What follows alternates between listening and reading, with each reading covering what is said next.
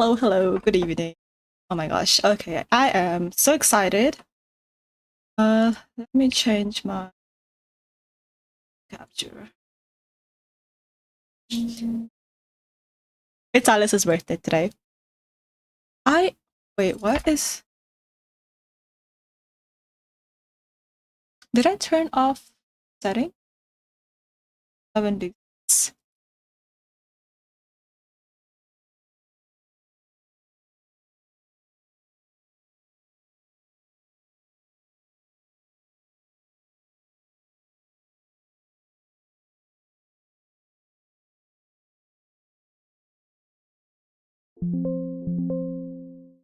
Okay, clearly this is working.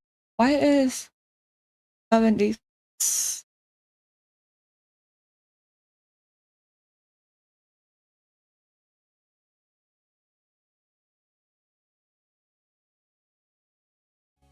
Oh.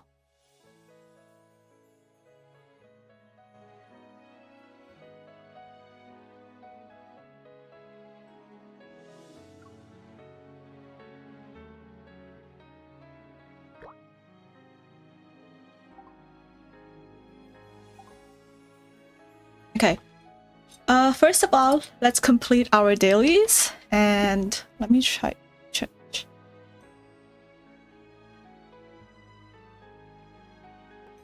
Why do I look like this? I look like this person.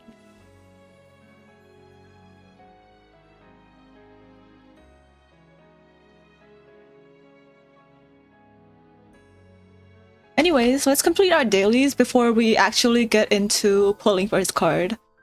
I've actually resisted pulling for his card until today because I wanted to get his card on his birthday. Ooh, got a shard.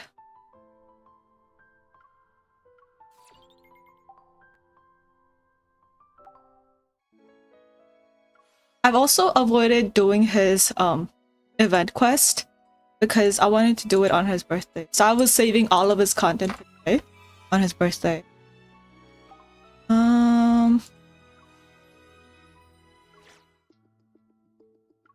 Hopefully I win the 50-50 because my luck has been pretty bad with 11 these days.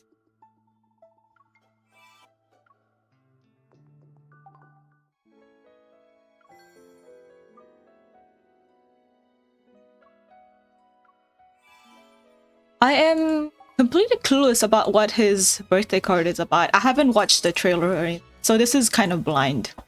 I'm going blind and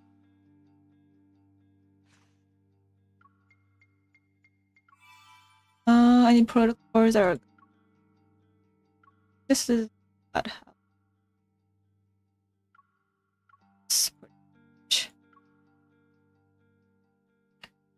That's that.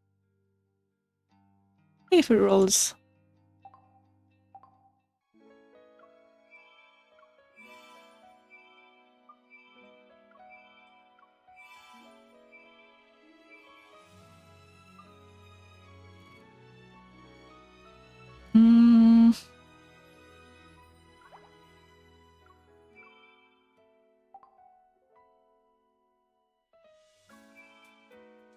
Okay, I think upgrading my memory, I can do that after I pull for his card.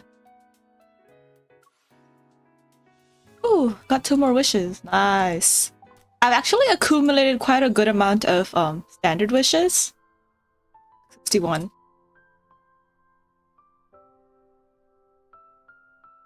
I think I might pull for the standard wishes when there is that thing. The select banner. I'm kind of waiting for that banner to go on. I don't know when it's going to come back, but hopefully it does come back soon enough and I can pull on that banner. Because if I'm pull on the banner right now, I kind of don't want any of the cards in the back. The random ones.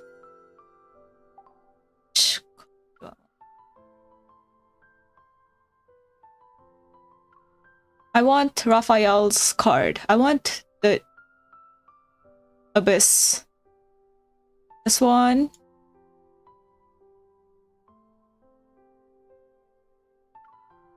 For Sylus's, I think I have majority of Sylus's card. The only 4-star card that I don't have from Sylus is Continuous. But I have the rest of his 5 stars. So I don't know if I really want his 5 stars. Maybe for Affinity? Caleb.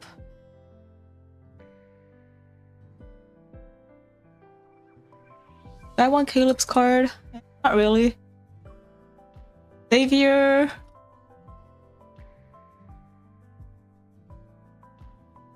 Which card do I want from Xavier? I don't really have a specific one. Zane. Maybe this one.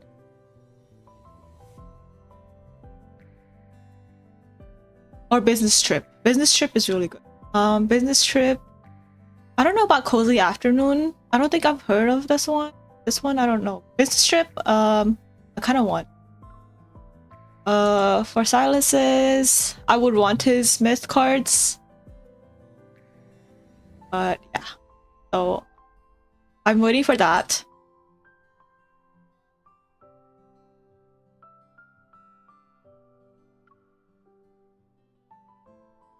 I have about 18 polls.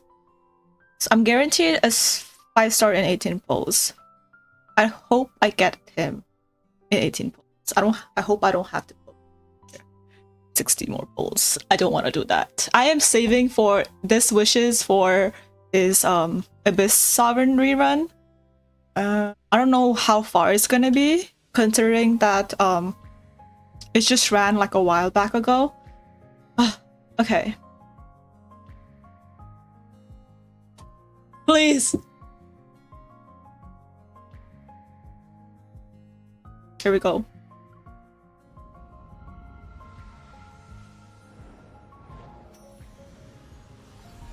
It's a 4-star. I knew I wasn't gonna be that lucky. Oh, I already have this card.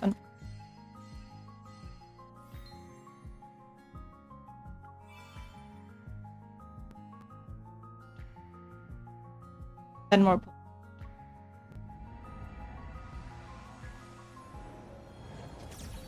Please, please. Fuck. Oh, fuck. Oh, gosh.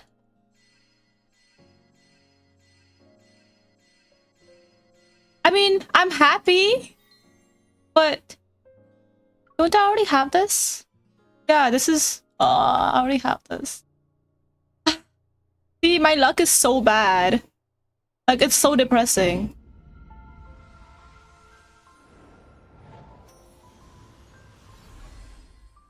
This one I already have as well. I really didn't want to pull.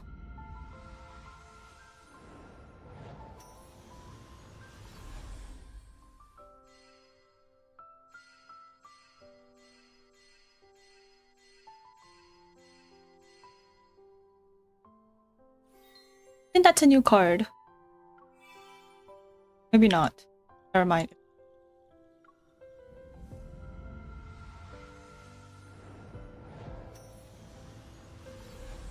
Please at least be a new card. Continue Symphony, hello? Where are you? Oh, I already have this one.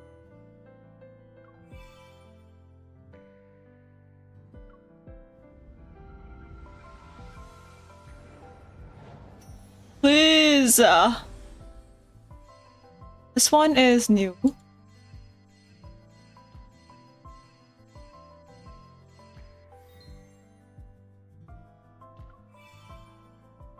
Maybe not.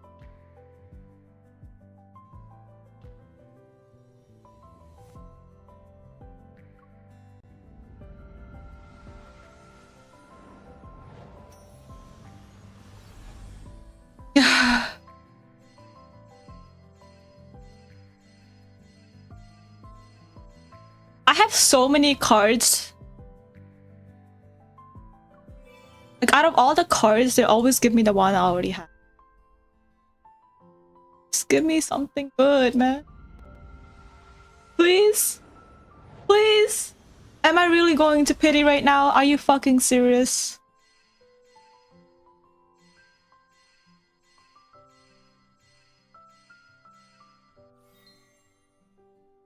That one's new.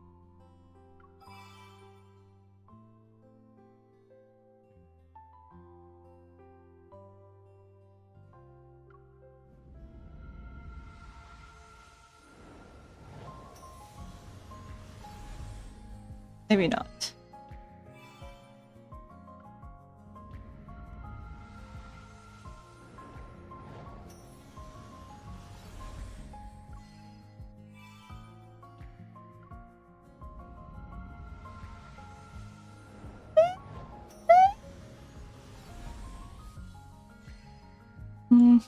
Force your one.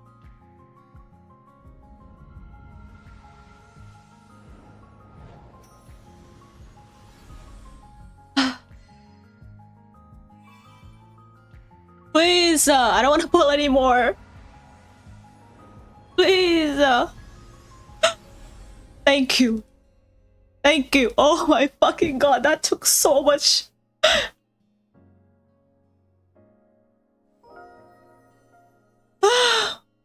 Sylus, why do you do this to me? I keep on losing the fucking 50-50 every single. At least you're home. That's all that matters, right?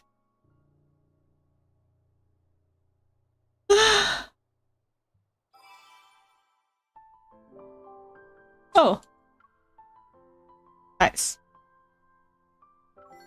At least the affection point rose up, right? Shh.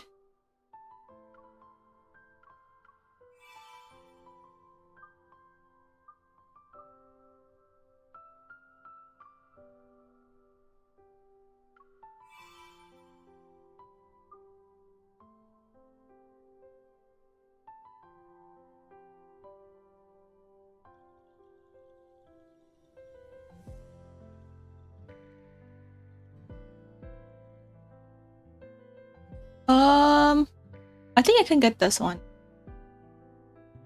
But it takes so much.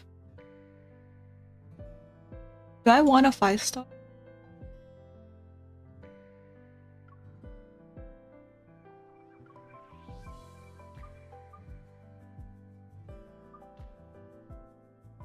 Oh, I have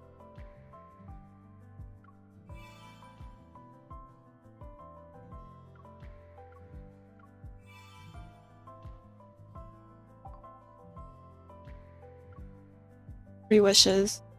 Bad. Okay, I can level this card up now.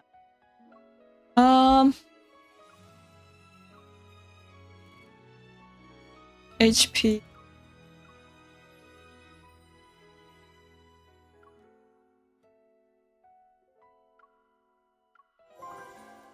Defense.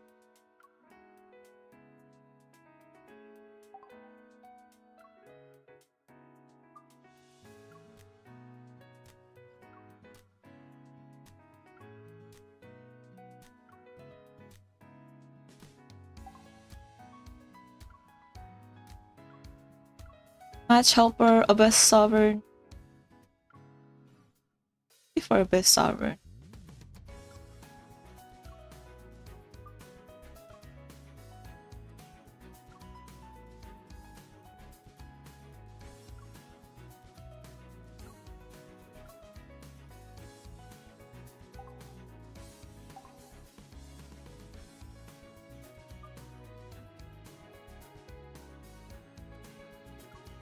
Oh, I forgot to rank this up.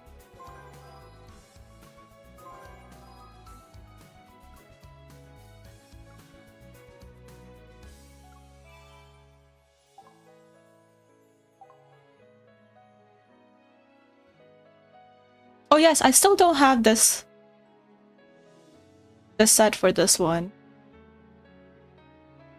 That's the only one thing I'm missing other than Continuous Symphony for the 4 stars. Where is my 5-star? Oh.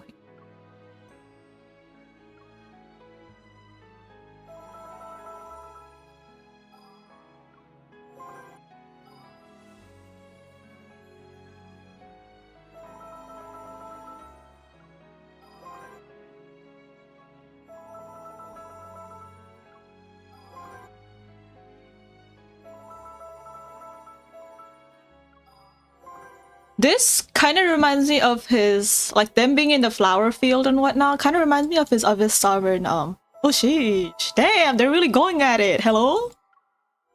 I did not know they were going at it. Okay, boo. I didn't know you were like that. I mean, I knew, but not like that. I'm also kind of out of gold. You know, I never thought the day I was going out of gold would come, run out of gold would come, but...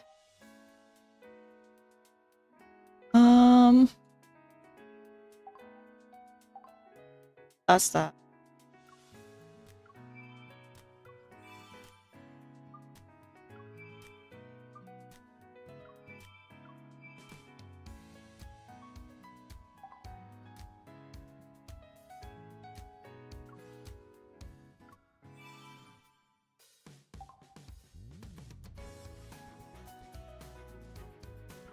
What is this?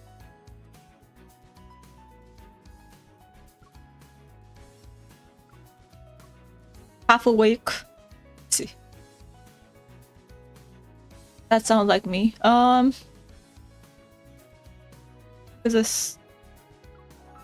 Oh, I guess that's his. Oh, speaking of which, I think. Yeah. Chaotic velocity, magnum opus. So there's a lot to say. I am so excited. Okay. First, before that though, I think Sylus called me around like 3 o'clock while I was doing the dailies. 3 o'clock in the morning while I was doing the dailies. I don't know why his birthday message was so early. I thought it was gonna be around like at 7 o'clock, like his birthday message would come. So I didn't expect his. I kind of ended a call. So I don't know what his birthday message is about, so I can't wait to listen to it. But before that, Sylus also called me, and this one this was like a little bit unexpected. It was like a random phone call, and it was him being jealous. Tell me why that was. It was really cute. Okay, let's hear it together. What are you doing? I think it's this one. Working? You sound tired, kitten. I thought you were going to turn into a wanderer after all that fight. Is this one? Another all-nighter? Maybe not this one. I think it's Sweet Bitterness. Oh yeah, I think it is Sweet Bitterness. Okay, so he did a video call. Okay, I think the birthday message was the video call, and the him being jealous was this one. Sweet Bitterness. Okay. Hello? Sylus? Why are you calling me? What? Are you surprised, kitten? Yeah, I was kind of surprised. A little. Didn't you say he had important business till tonight and the negotiation would run late? It's done. I already ate dinner as well. The food was mediocre. Yes, extremely mediocre.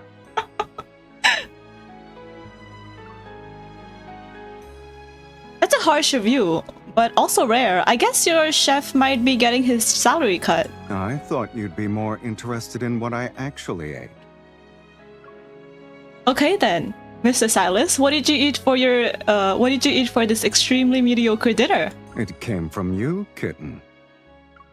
Me? But I didn't order anything. Last week, a server accidentally stained your clothes when you were at the cafe downstairs from your place. You know about that? Did you buy the coffee shop or something? I haven't considered it yet. But if you're interested, I can look into it. Like, he's so petty. Like, I didn't understand, like, you know, Raphael is petty, but I didn't expect Sylus to be this petty.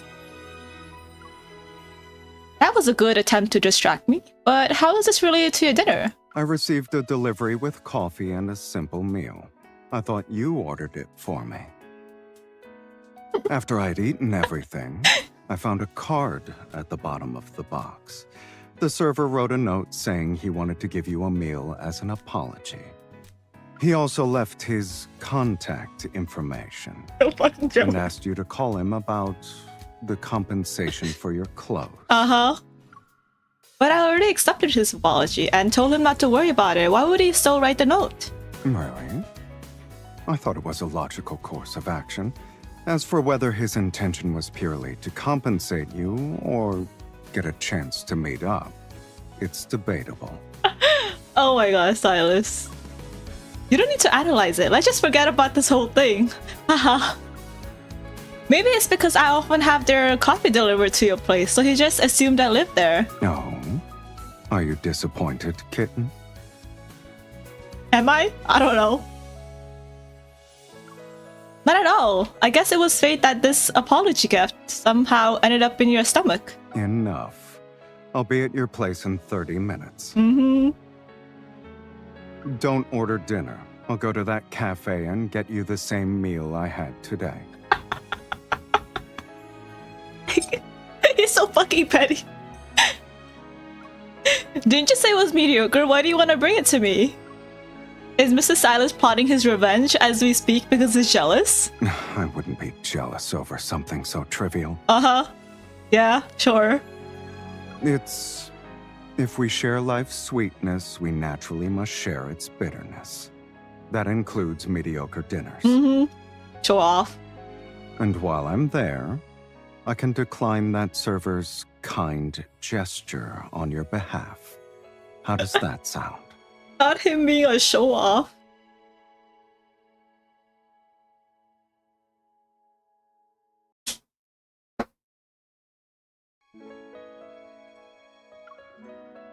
That was so funny.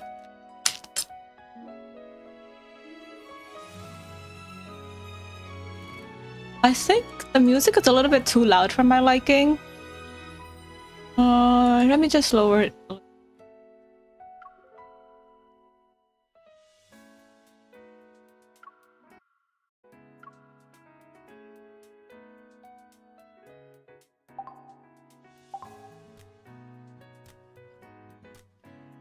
What else was I gonna do? Oh yes.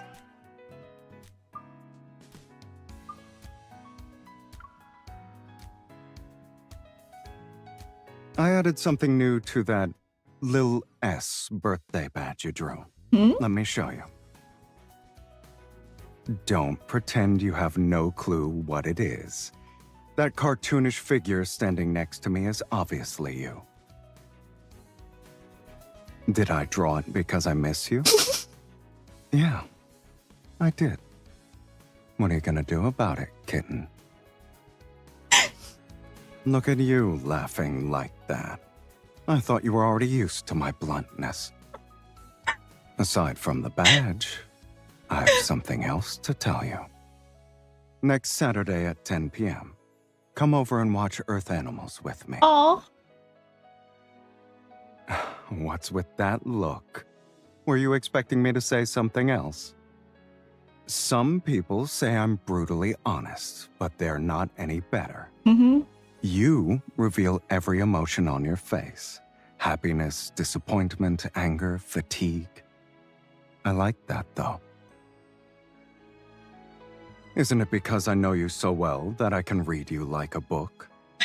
I guess it's a good thing. It is. Besides, there's no need to hide anything from me.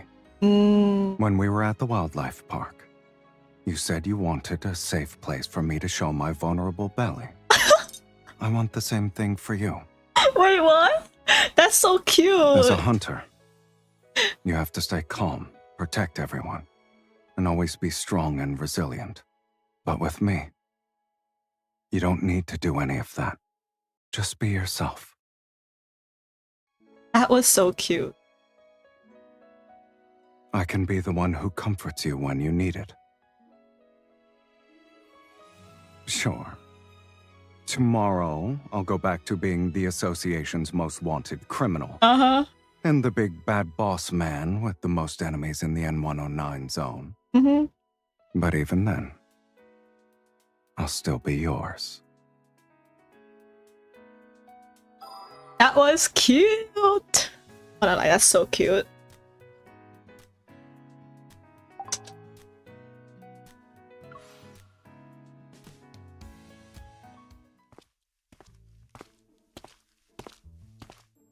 Okay, I think I'm gonna start the event and then I'm gonna finish all the, I think, event quest before I do his birthday card. And after his birthday card, I'll do his 4-star card and magnum opus. Maybe I should do his birthday card last. I'll do magnum opus.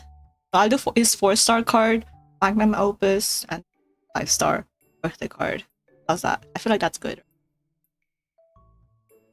Okay, this is the event, I believe. The base's main entrance opens, and a familiar footstep gradually echo.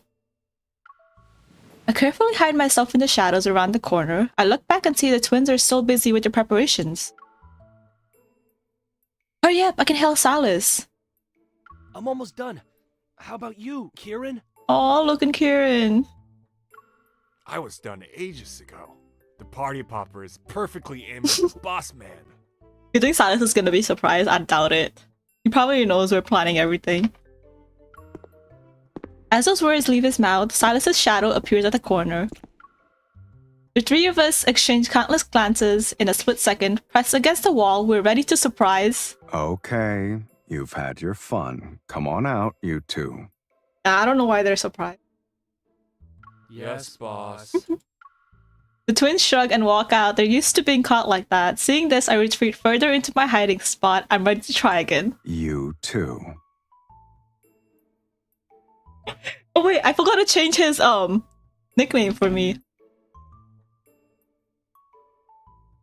Oh well, whatever. Let's just stick with Honey.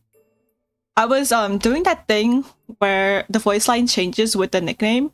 I tried Princess, Queen, Sweetie, Honey. This is my last one. Anyways, I forgot to change it after that, so I guess we're just sticking to Honey for a while. Ugh. I pout and follow after the twins. You're not even trying to act like it's your birthday. You ruined the surprise. What are you mumbling about? Nothing. It's just, well... Dragging out my words, I snatched the party popper from Kira's hand. Happy birthday, Sylus!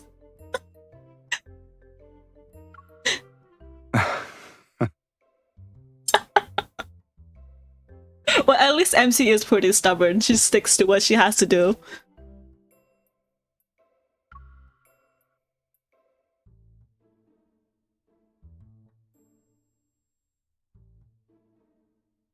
Sylus doesn't show any signs of being surprised. He just takes the birthday hat from my hands and places it on my head. Thanks. You're welcome. But who told you today was my birthday? Huh?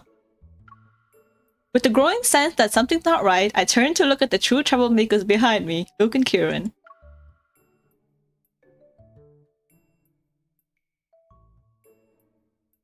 Were they lying?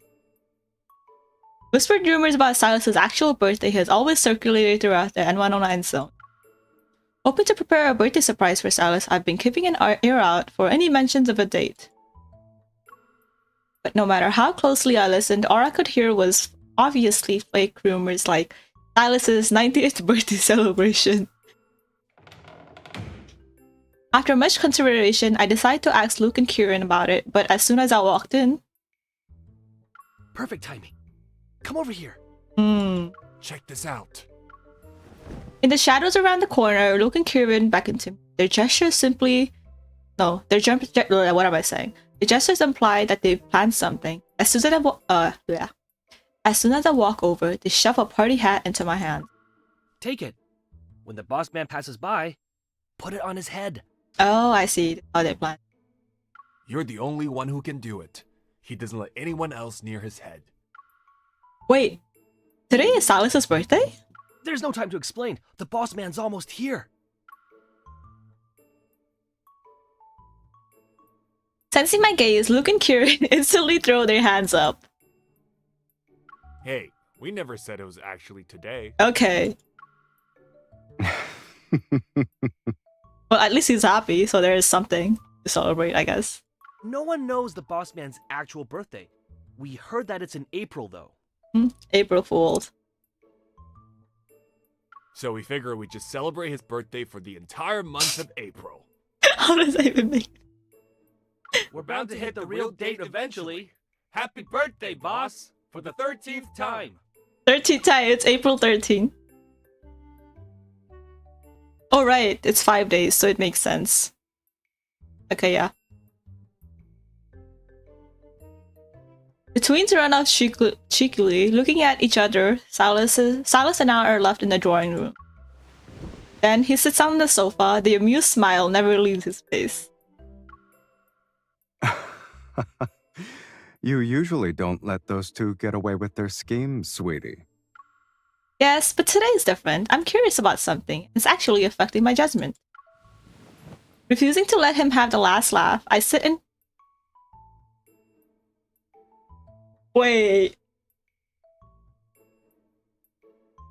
Okay, let me calm. Refusing to let him have the last laugh, I sit in Sylus's lap and gently push him against the sofa. Sylus, tell me. April 18th. Wait, he didn't even let me finish.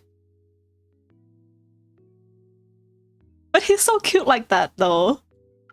What? My birthday. That is so sweet.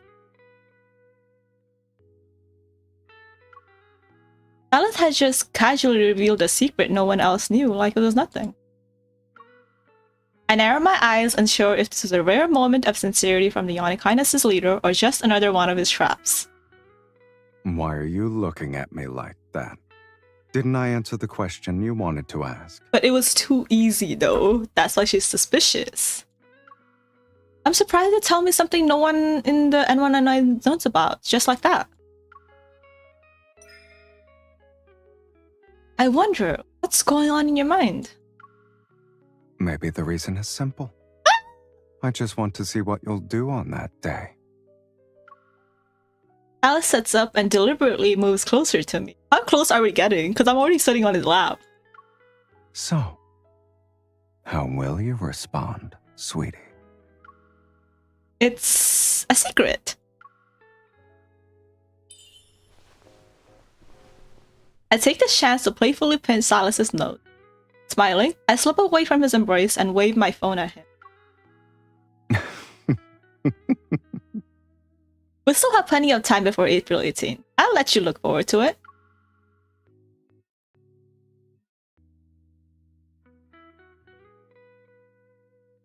That is so cute. Oh my gosh. Okay. Let's complete.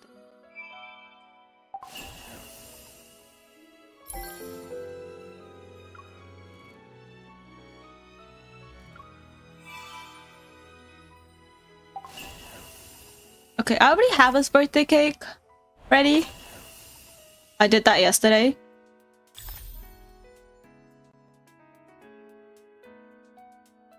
I wanted to make it a little bit more prettier, but I feel like this is the best I could do. This is supposed to be a crow, but I don't know if it looks like a crow. But yeah. I wanted to make it simple. It's supposed to be Mephisto, but I don't know if that even works.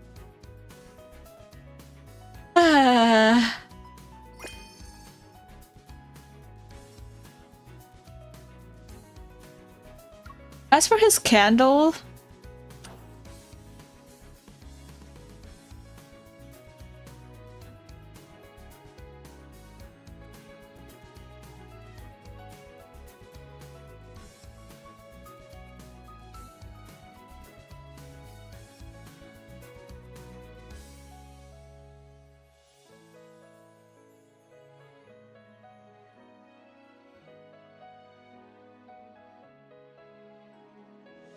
oh, this looks good. Be like that.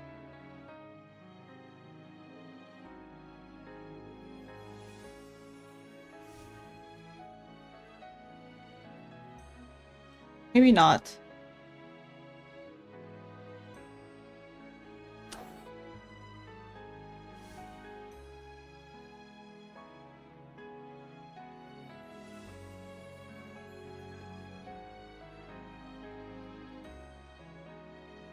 that.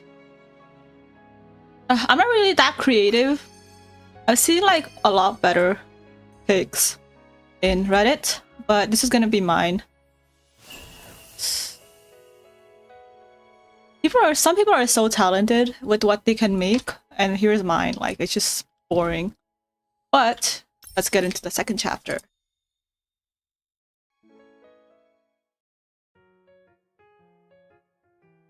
Now that I know about Sylus's birthday, I can think about where we're going to celebrate. I actually have a few ideas. As for where they came from, 2 days ago, okay.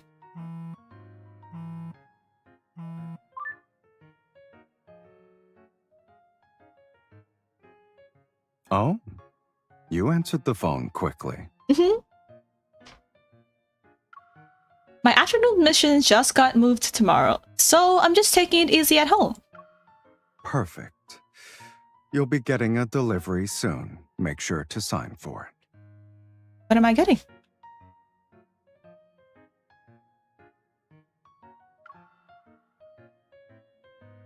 I poke his face that's on the screen.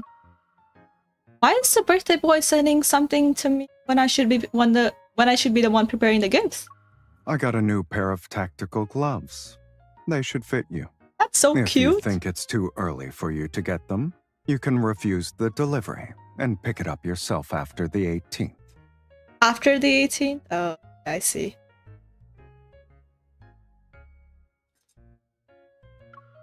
I won't.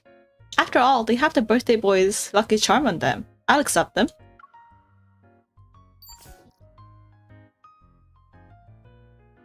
The call ends. It's not long before I receive the gloves from Sylus. While trying them on, my phone vibrates several times. The account Lincoln Wildlife has just made a new post. Ways animals show affection. Have you ever received a gift from an animal? Whether they're acorns from squirrels, bones from dogs, or feathers from parrots. You might find it strange, but giving those gifts to you is how they express their pure, unconditional affection. As I read the article, my gaze falls onto the soft tactical gloves in my hand.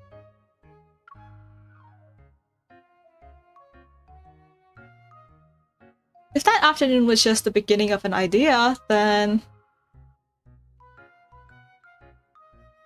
After successfully completing the elimination mission and a short break, I call Sylus. Hello, is this Mr. Sylus, the store owner of combat gears? I'm calling because I'd like to discuss my user experience with the gloves.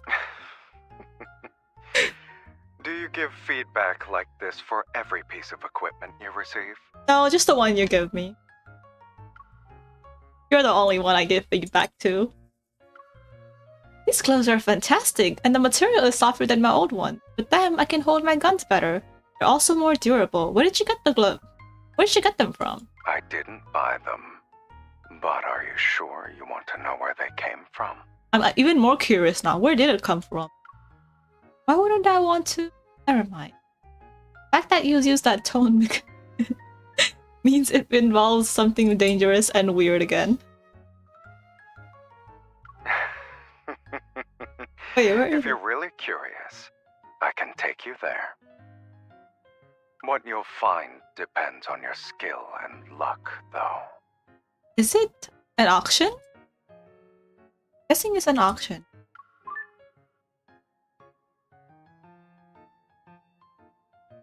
After hanging up, I go back to reading the new article from Lincoln Wildlife. Or maybe it's a black market? Predators wild romance trophies, what? Sometimes aggressive predators will present their trophies to a chosen member of their species as an invitation to hunt together. To them, the world is a vast hunting ground where they can play. They see each other as their perfect match. Didn't Sylus invite me to hunt earlier? Wow, this wildlife is really nailing it. This wildlife magazine. Past 2 days of coincidences have left me thinking, and today...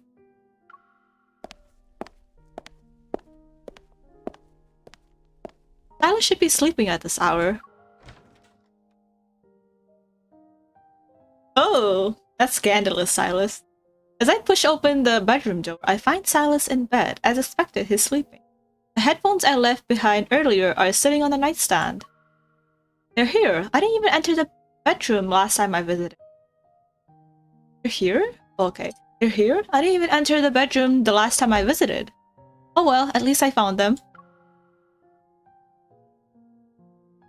I quietly walk over and slip the headphones into my hand.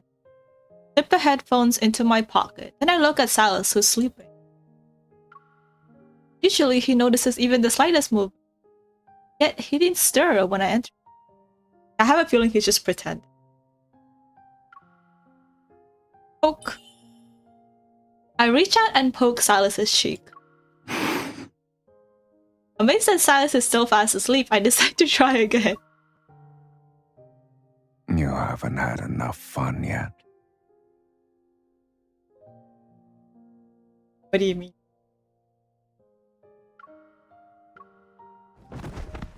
Oh, what are we doing? My world spins as Sylus pulls me down. I land on a blanket. I look up to find his eyes barely open and I meet his sleepy gaze. You already got your headphones. But instead of leaving, you're poking around and touching things. Were you trying to wake me up on purpose? Poking things. Poking around and touching things. I'm touching you. No, it's just that you're used to... Oh.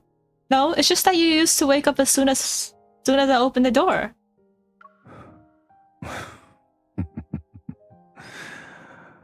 I see you're trying to imply something. Go on. Say whatever's on your mind. Sylus, are you used to having me around? Ooh. Oh. You really better calm yourself down. Okay. Ooh. Let me eat my candy.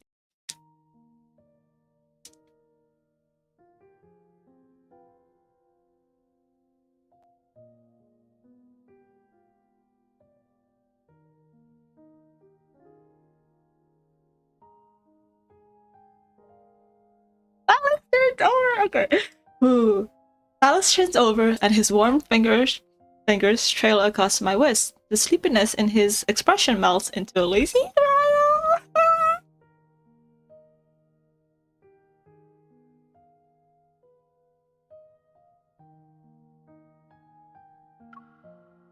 Maybe. Okay. Wait, where's my...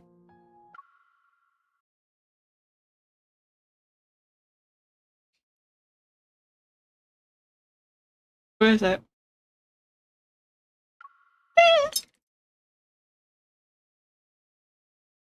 That maybe is crazy. He yanks a blanket from under me and then swiftly pulls it over my head. The soft, silky fabric envelops me with a cool touch as Sylus hands me a pillow. I'm going back to sleep. You can stay or leave. Alright, but you still haven't let go of my hand. I'm sleepy. Doing that is too much work right now. It's okay, Sylus. I'll stay with...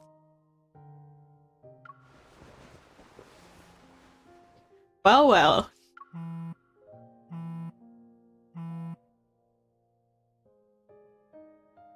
Seeing how Sylus has closed his eyes, I take out my phone and switch it to silent mode. I glance at the screen. It's just another scheduled notification from Lincoln Wildlife. Many animals with heightened senses are still naturally alert even in... Only when surrounded by familiar presences do they lower their guard and reveal their most authentic self. Am I reading into this too much? This wildlife account feels like it's describing Sylus. Perfect timing too. With Sylus's hands still resting on my arm, I settle into a comfortable position and my thoughts drift back into planning for his birthday. Over the past few days, my ideas have slowly come together to form a path, and at the end of it is the Tolan Wildlife Park. It has the most comfortable, natural environment because of its efforts in ecological restoration.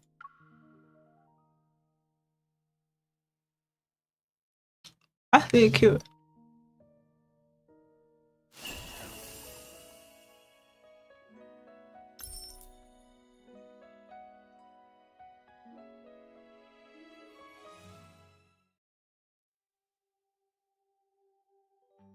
After buying our ticket, I also ordered a blank badge.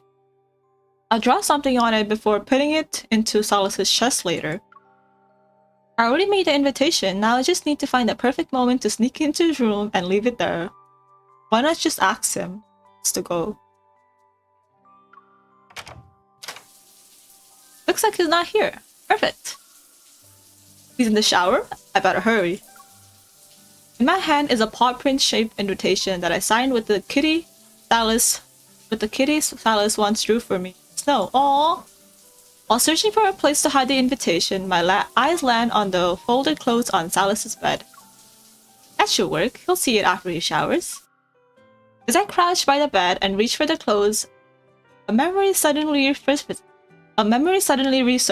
I can't help but laugh.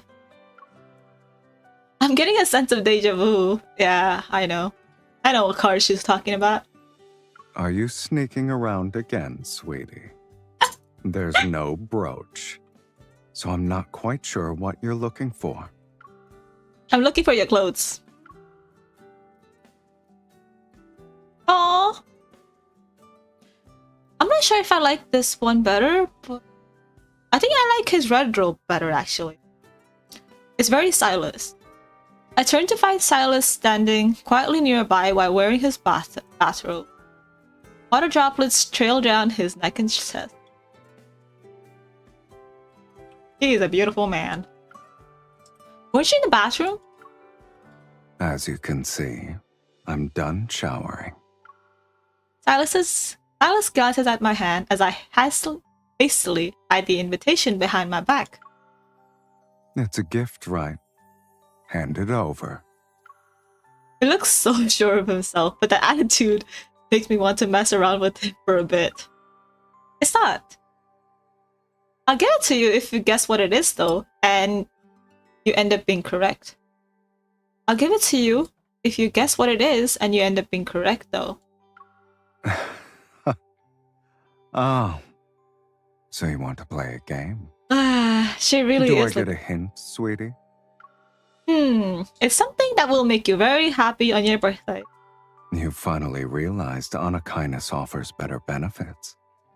Which means you're planning to submit your membership application as my birthday present. Is that what you want, Sylus? That's so cute. Come on, be serious. Here's a second hint. It will take you somewhere. Tapping his temple, Sylus presents the thank card. Oh, I know. It's a letter challenging me to a duel. What the? Fine, I'll give you one last hint. It's an invitation from your own kind. From your own kind is a crazy thing to say.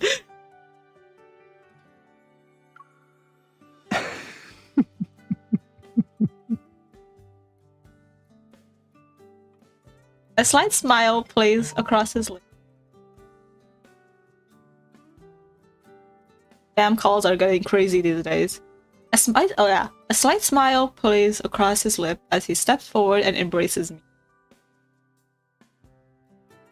Is he gonna pull the letter out of my hand? I mean the invitation.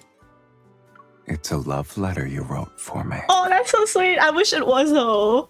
I wish it was a love letter.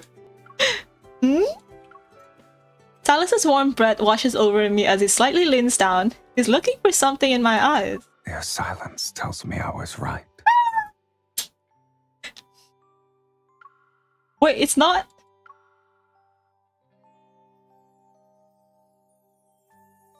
Suddenly my hand feels empty. Sylus has snatched the card. I'm really good at predicting.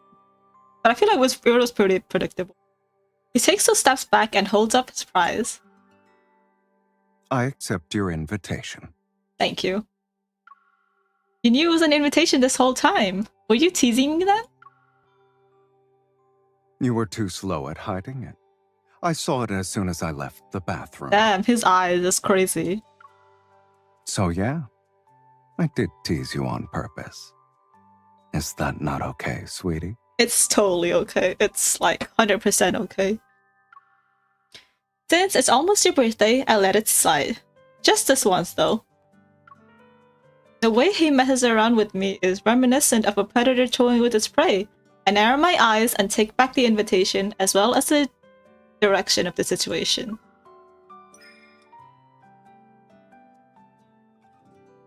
Let's pretend that didn't happen and start over. I'll pick you up on April 18, 7 o'clock in the morning. Holy shit. She is... What do you call people? She's a morning person. I am not a morning. I solemnly present the invitation to Sylus and make sure he sees the kitty signature. He takes it, and with a gentle smile, he runs his finger over the drawing. I'm honored to receive a thoughtfully prepared invitation from someone of my own kind. You're welcome.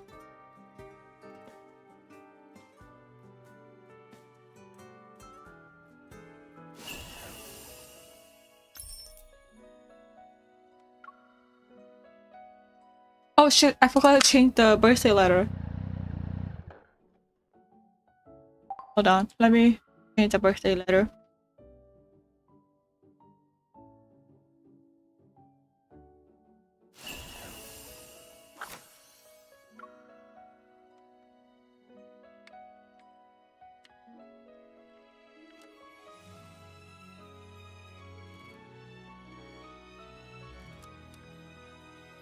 I feel like this should be doing it. This is pretty cute.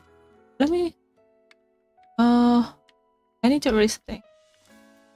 Happy...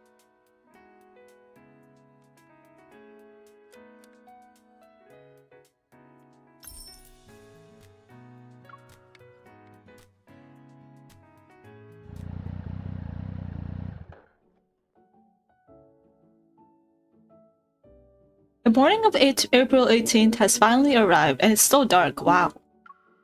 I parked the rented passenger van in front of the base, turn off the engine, and pick up my phone. Speaking of which, this is a pretty new background, I think.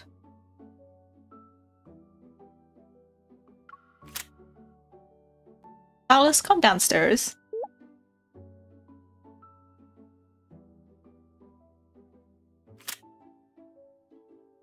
Since it'll take him a while to come down, I might as well review the route.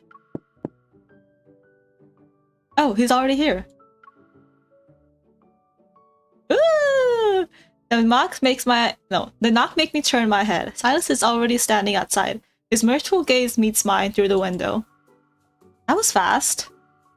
I unlock the car, Sylus slides in and brings the crisp morning air with him. I'm going to guess you've been awake since 5 in the morning. You guessed incorrectly, sweetie. A guest with an invitation is obligated to be punctual. He is so excited. I am too. Really? I flash a knowing smile and gesture at his outfit. His new clothes and matching accessories are also part of the guest's obligation. I thought we already came to an understanding about that. You know, I kind of really like his neck.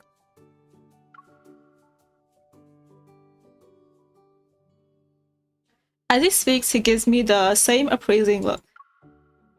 After all, you're equally remarkable when it comes to making an impression, miss. Then let's go, birthday boy.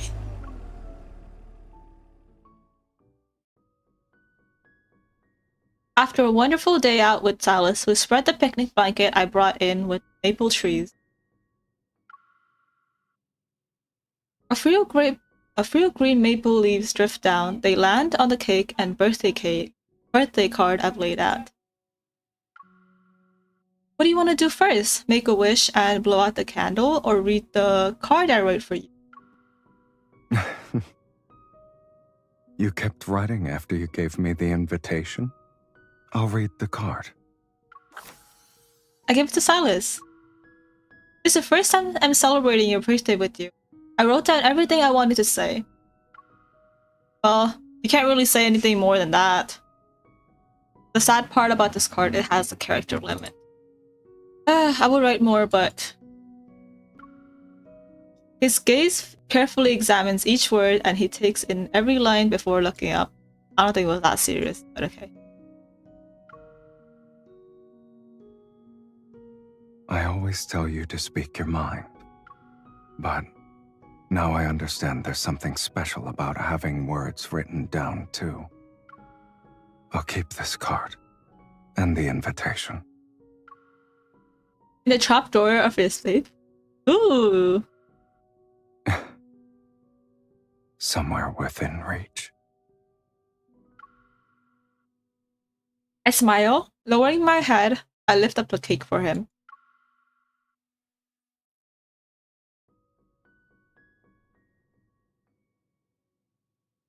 I made this myself, even though I haven't tasted it yet. Trust me, it'll be delicious. Food made with such confidence can hardly disappoint. Especially when you made it. Kind of looked horrible from the back, I'm not gonna lie. We found so many jewels together. But this one will always be my favorite. Oh. I had one thing in mind when I made this. I wanted to create something that would make this day unforgettable for you. Did I succeed, Sylus? You never fail. The candlelight flickers in Sylus's eyes. It dances with the joy that hasn't left his gaze. Happy birthday, Sylus. Don't forget to make a wish before you blow out the candle. Will it come true if I make one? Yes. I will make sure it comes true. If you believe in it, yeah. I wish for you to always live freely and brilliantly. Oh, how come you're the one? How come you're making wish? You should be making wish for yourself.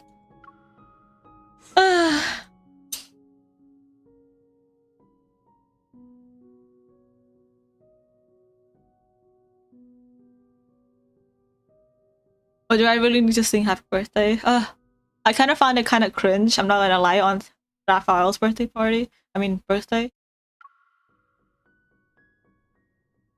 Okay. So cringe.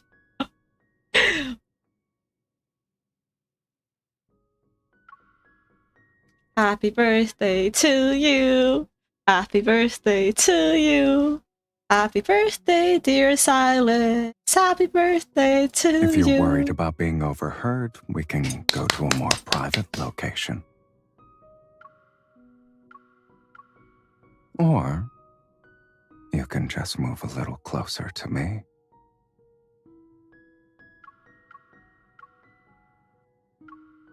Let me tell you something that's not exactly a secret. What is it? This is the first time anyone has sung happy birthday to me. Oh, really? Okay, I'm glad I did it then. As dusk settles, the extinguished candlelight seems to merge with the gentle rustling of the leaves in the wind. Sylus and I lean together like all the other visitors enjoying the peaceful scenery. Aren't birthday wishes supposed to be about yourself? Why did you make one about me? That's what I'm saying. Who said it wasn't for myself? Sylus lifts a small lock of my hair. He plays with it, the strands weaving between his fingers. Someone suddenly came into my life and said she wanted to see me remain strong, to always be undefeated. I can do that. But then she said she also wanted to see me be vulnerable. I wanted to tell her that I couldn't do such a thing. But the truth is, she is my vulnerability. Sweet. So, only when she lives boldly and freely will this weakness of mine have meaning.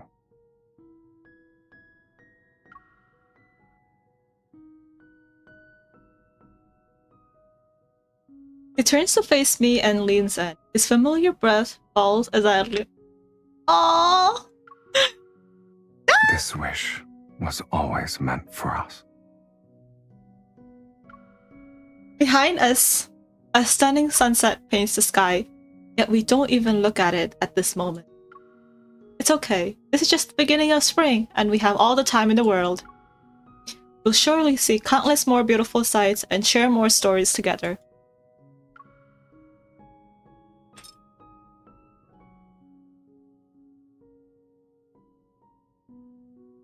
I love this event. I think I like this better than Raphael's birthday event. Maybe it's because my bias is Sylus, so I find his event more better. But personally, that was beautiful. I loved it.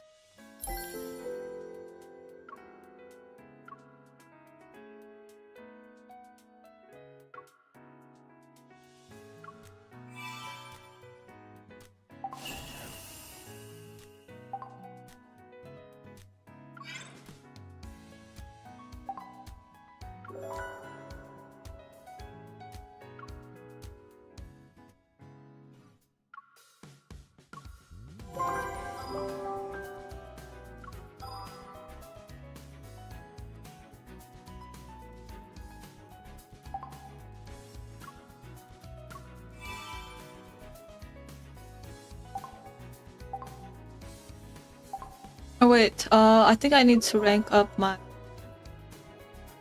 Raphael's.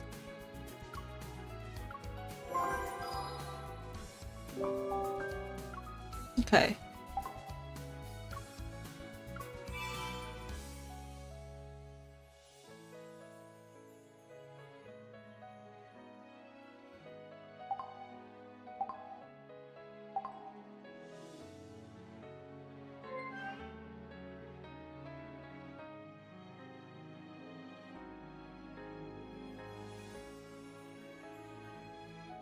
Oh.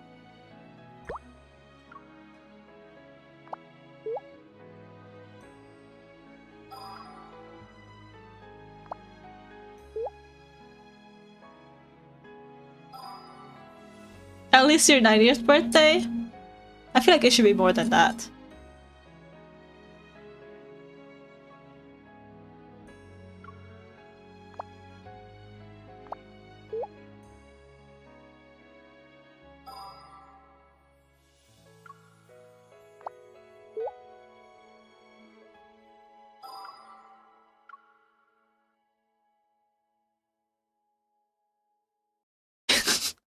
He used the envelope emoji.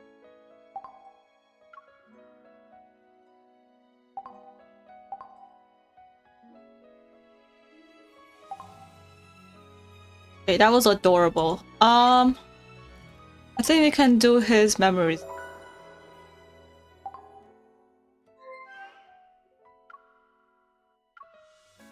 It still can't beat number. Aww.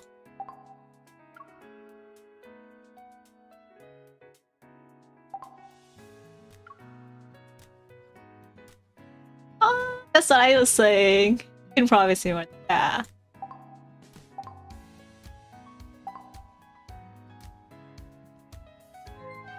Where was I? Wait.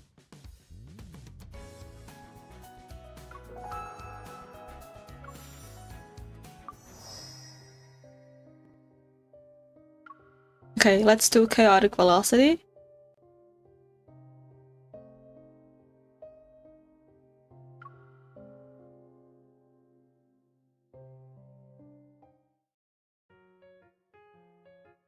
I haven't seen Sylus for days. Even Mephisto's familiar silhouette has vanished along with him. After I finished today's mission, I made a detour to Sylus's base to investigate. The main gate is wide open. Step inside and look around. There aren't any guards except for... Well, you're here, but where is he? I guess I shouldn't have asked you. I head back to the entrance and deliberately knock on the door to make some noise. Sylus, are you there? Response drips over from the underground garage despite nearby... No. A Response drifts over from the underground garage nearby after my voice echoed. No.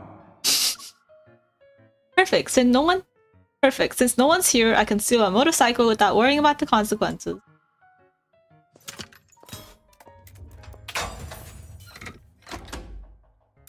The spacious garage is packed with heavy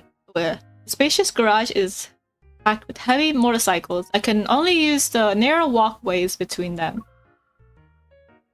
At the end of the walkway, Sylus is working on a motorcycle.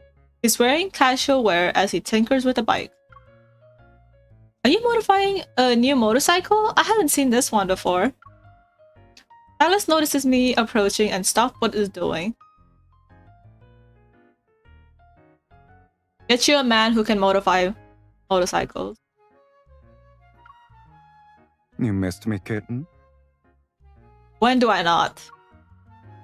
I was worried you missed me. So this is what you've been busy with lately. Noticing how the bolt he puts in isn't tightened yet, I grab a winch from the workbench and hand it to him. Sylus takes it. Despite its weight, the wrench seems to dance effortlessly in his hand. Look at what he's doing with this. Aren't you going to steal a bike? This isn't theft, the last time I checked. Can't I be nice on my way home from work by helping a fellow citizen with a small favor? Then can this kind-hearted lady lend me a hand again? I need pliers and chain oil. Sure. This kind-hearted lady is very generous. Sorry, you used up a free trial. Any additional help requires a premium subscription.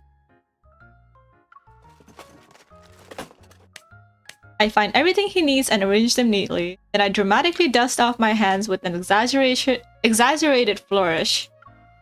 Don't worry, I'm offering you a fair deal. In exchange for helping Don't worry, I'm offering you a fair deal. In exchange for a helping hand, I get to test ride one of the motorcycles. Ah, so the goal wasn't theft, but extortion. Well said. Sylus neither accepts nor refuses any strong-arm bargain. Instead, he gets up and rummages for something at a nearby counter. I curiously take a peek as he turns around and tosses a small can of spray paint my way. I catch it. There are plenty of bikes here. If you're greedy enough, you can lend a hand many times over. Okay. We'll paint the bike. You take one side, and I'll handle the other.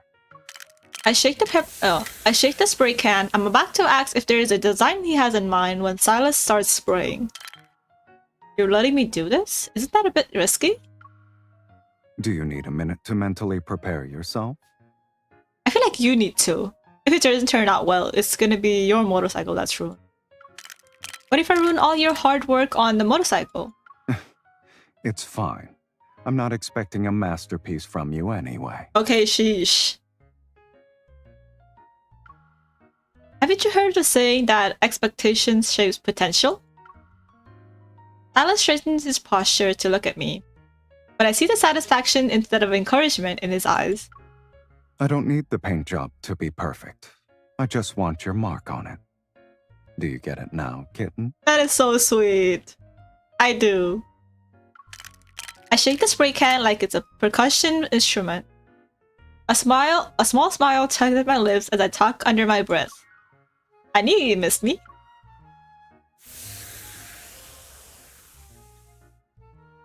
Sylus and I sit on the opposite. What am I saying? Sylus and I sit on the opposite sides of the motorcycle. Staring at it, I'm hesitant to start.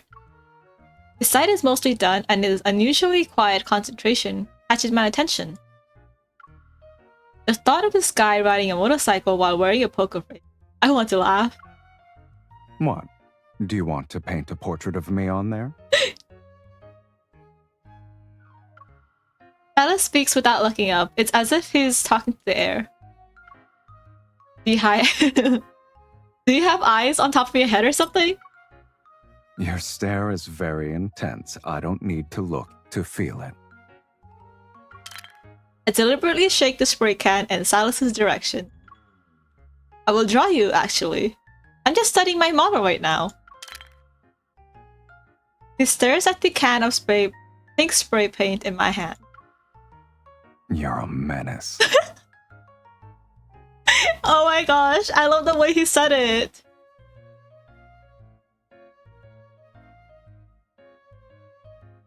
This is your masterpiece? Wait, hold on. I love that. The motorcycle paint job is finally done. Is finally complete after we spent an entire afternoon working on it.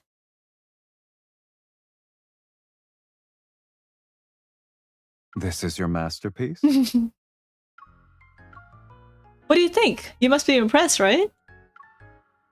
Sylus stands before the motorcycle and looks at its two-toned body. One half is black and the other half is pink. You tell me. I think it's 50% fierce and 50% cute. It's kind of unique. It's beautiful in a unique, chaotic kind of way. And here's a portrait I added. Smug, I point at the golden crow I drew with a marker. I wait to see how he reacts. Unexpectedly, he isn't shocked. He smiles back at me. It's a lot like you, kitten.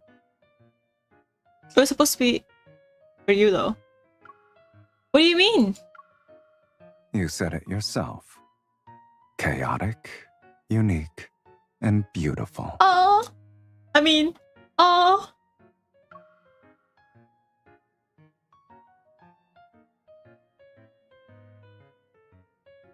He throws on his jacket, gets on the motorcycle, and looks back at me.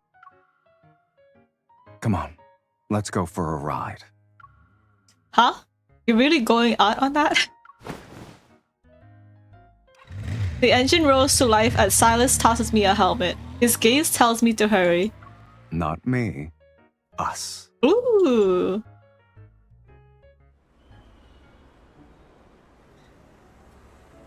It's nighttime. Sylus's motorcycle is stopped at the traffic light at the intersection. Wearing my helmet, I hear the passerby's comments.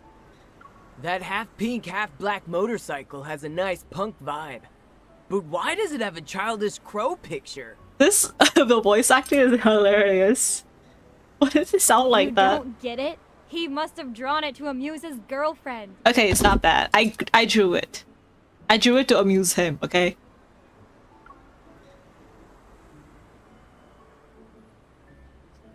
What's wrong with crows? They're smart, clever, and have beautiful voices. I should have brought Mephisto along. He can build his reputation here. You can speak louder. They can't hear you. How do I block sound on this helmet? Tap twice on the side, lower left. It's near your ear. I follow his instructions and the noises around me gradually become muffled. Then it almost fades away. Oh, that's an interesting helmet. As a result, Sylus's voice through the helmet intercom becomes crystal clear. That's such an interesting technology. Helmet having, like, noise cancelling? You're not going to mute me? Why would I ever mute your beautiful voice? Well, you will make fun of my childish crow drawing. His usual soft laugh becomes something more intimate through the helmet's 3D audio, like gentle electricity tingling against my ears. Why would I mute a voice like this? I can only look at his helmet and imagine his subtle smile. The traffic light changes and I tap Sylus's shoulder to get his attention. It's green, hurry up, let's go, let's go!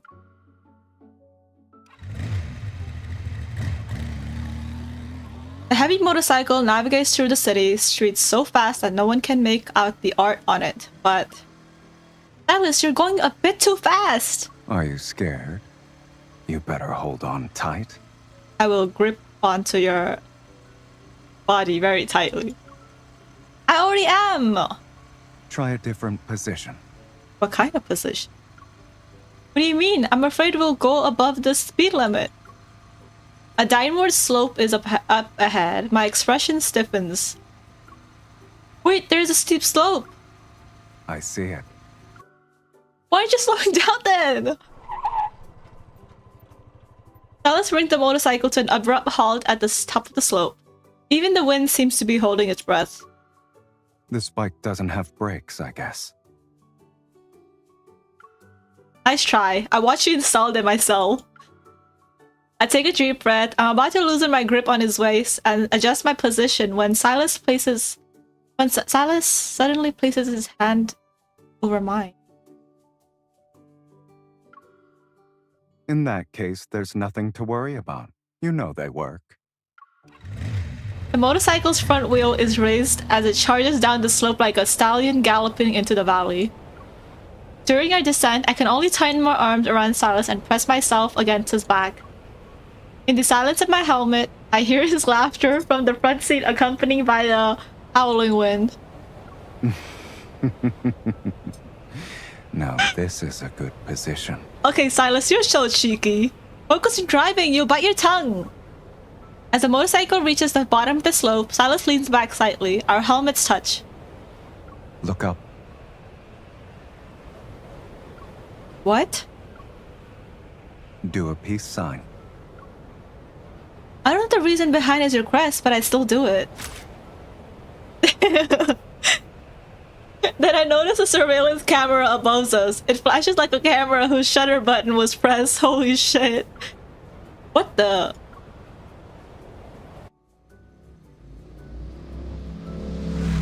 After leaving the city center, I noticed how a group of motorcyclists has appeared around us.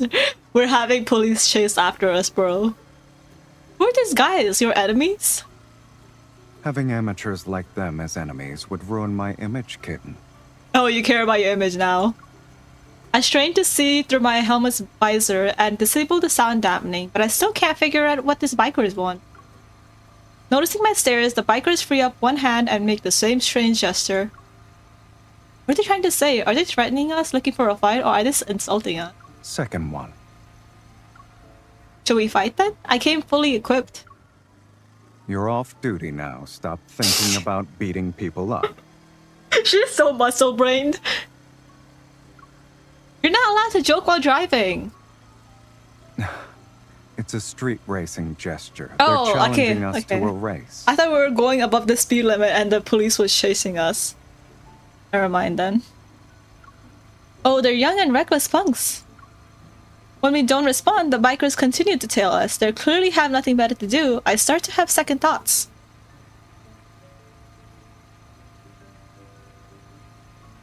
Ignore them. They'll leave on their own eventually. But it doesn't look like they will. Anytime soon. Silas grows impatient and revs the engine threateningly as if to leave them behind. The biker responds with another gesture. What does that mean? They're admiring our bike. They really like the paint job. Sure. These hotheads seems to have some manners. Since they have good taste, why don't we race them? So your criteria for choosing opponents is having the same taste? Uh-huh. It's not just that. What's important is our Black Rose Archfiend. What? Are you sure you want to race with that name? Wait, what did she say? What's important is our Black Rose Archfiend showing these admirers that it's not just about looks. They need to see what it can actually do. Are you sure you want to race with that name? Black Rose Archfiend. Sylus returns the gesture and all the bikes throttles down in unison. And we all head in the same direction. The passing scenery becomes increasingly monotonous. Meanwhile, the roar of the motorcycles Meanwhile, the roar of the motorcycles is deafening in our ears. We soon arrive at a deserted mountain road on the city outskirts. Without a single word, the race begins with a gesture and an unspoken understanding. Should I get off? Having two people will slow us down. Are you saying we should give up now? They challenged us, not me. I see.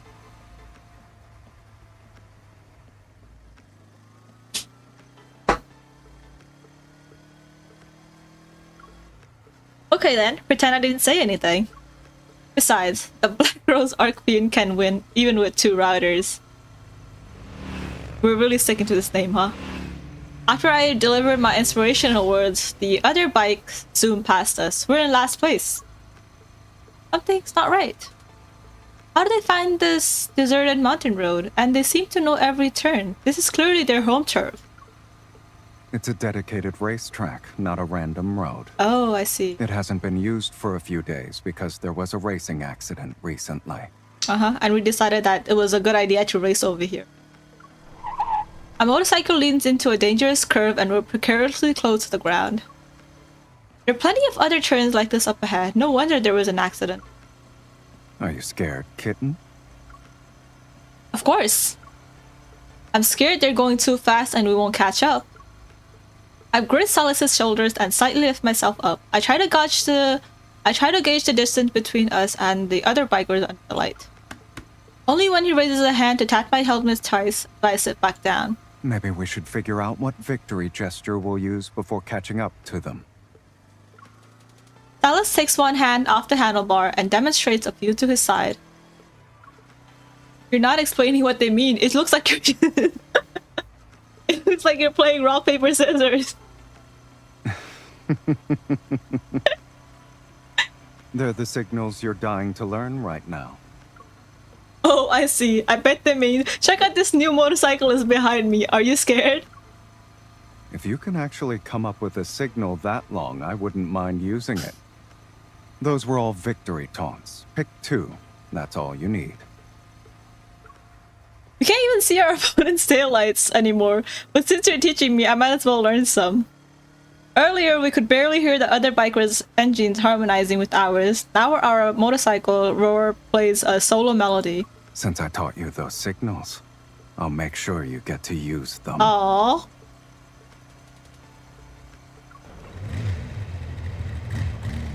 As we approach another curve, Sylus doesn't slow down to lean into it. Instead, he turns the throttle halfway. Our previously steady bike suddenly unleashes a fiendish growl. It breaks free from gravity's hold as we surge into the darkness. Sylus, can you give me a warning next time? Here's your warning now. It's so late. The throttle is turned again. I don't even have the chance to activate my helmet's noise reduction, and the wind bombards my ear like cannonballs. We're about to become deaf. In a wild rush of speed and engine roars, our Black Rose Archfiend switched past our opponents like a phantom in the night. Remembering my task, I tapped Sylus's waist to signal him to slow down. Then I turned back to flash 3 signs at our opponents. Oh! Did you get your thrill? Yep. Stay focused. We're not done yet. I smile, lean against Sylus's back, and wrap my arms tightly around his waist. What are we waiting for? Step on the gas. I'll cheer you on. Don't bite your tongue.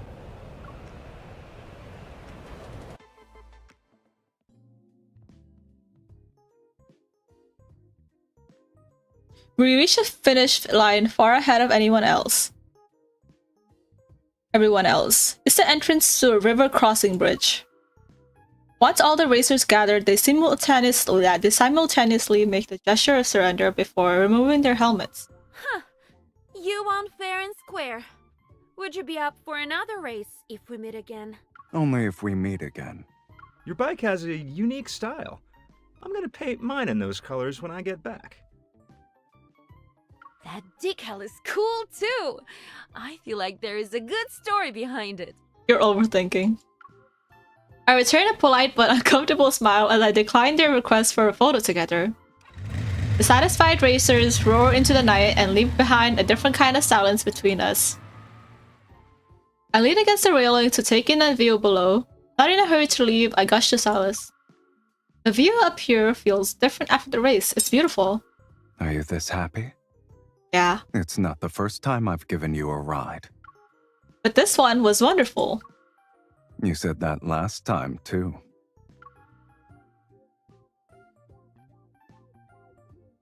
Sylus takes 2 steps to join me. Like me, he leans against the railing. I turn around and hook my arm over the railing. I let the colorful city lights fade into the silhouette of the person before me. Besides, you've been planning this for a while now. Why would I turn you down? What? I mischievously wink and note the rare hint of surprise on Sylus's face. There was a helmet and a protective gear that fit perfectly. Besides modifying your bike, you prepared for everything. Besides modifying your bike, you prepared for this ride. Am I wrong? You finally figured out I wasn't up to no good? His voice now, and what I heard through the helmet, sound completely different. My eyes drift to his hand as I recall his confident, decisive control of the throttle throughout the race. The racer said that liking motorcycle means liking the pursuit of speed. Isn't it frustrating to be slow again, especially after such an exhilarating race? Who are you asking? Me? Or you? During missions, I get special lanes for my vehicles. I can go as fast as I want, and it's thrilling, yes? Alice raises an eyebrow. Interested, he leans in. What are you trying to say, kitten? Do you pity me? You weren't exactly going fast when you gave me rides before. As I count our shared rides on my fingers, I look up. With an enigmatic amusement in his eyes, he's watching me. Wait, wasn't it because you needed to abide by the speed limits while you were with me in the city? That's so cute! There are two types of people who chase speed on motorcycles. For the first group, the speed of a motorcycle is their ultimate limit. As for the second group, motorcycles are just one of many ways to experience speed. Are you the second one? Sylus stays silent. With a nonchalant gaze, he observes me as if there is plenty of time for me to solve this puzzle. A moment passes and I speak with renewed certainty. You're neither. Who said motorcycles were only meant for the thrill of going fast? Oh! Breaking speed limits is just one of its charms. I can't tolerate anything boring. That's cute. So when I want to savor the thrill of speed, I'll go full throttle. I know he's telling the truth. His enthusiasm always shines in his eyes. But when you're sitting behind me, there are things more interesting than speed. That is so... Like, painting your bike pink and black and calling it Black Rose Arcfiend. That counts, I suppose, but Black Rose Archfiend really is a terrible name. After a few trains pass through the nearby tunnel, Sylus picks up the helmet from the motorcycle seat and helps me put it on. The wind's starting to pick up. We should go. This is so pretty. Let me take a picture. Just as I'm about to say something, he takes out a marker from his pocket and bites off the cap. Hey, what are you doing? Is this one of those interesting things? Through the visor, I see Sylus smiling as he draws something. Of course. When it's done, a golden crow stares back at me from the helmet. There. You did this on purpose. You didn't have to match my design, though. You left quite the mark on my bike. It's only fair if I leave something on your helmet. It'll be my mark on you.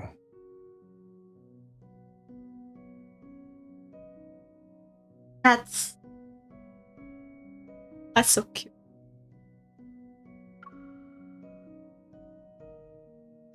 As soon as the words leave his mouth, Sylus gets on the motorcycle and looks at me. He's waiting for me to sit behind him. If you really want to steal a bike next time, make sure I'm not around, kitten. But you can always stop by if you miss me. Why are you saying my line? You can pick me up next time. You can pick me up next time you want me to ride with you. I think it's you can pick me up the next time. You can pick me up the next time you want me to ride with you.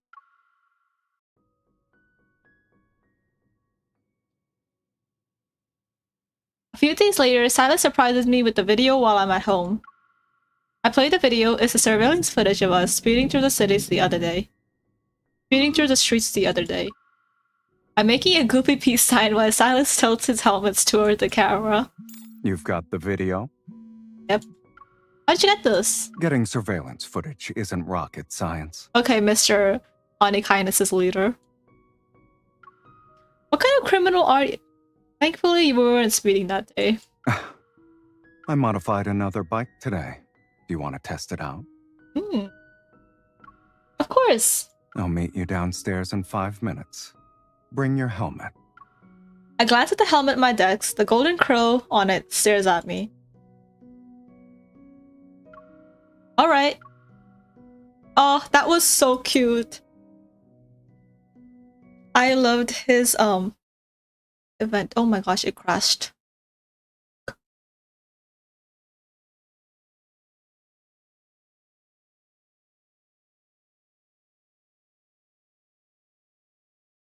I love his event card.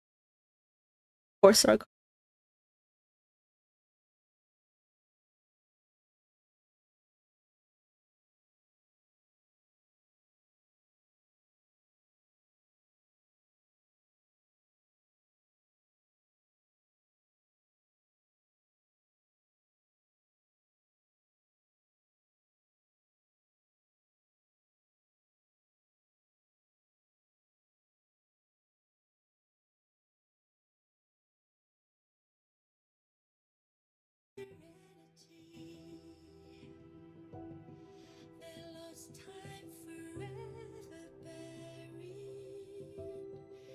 Next time you're asleep, I'll return the favor. Okay.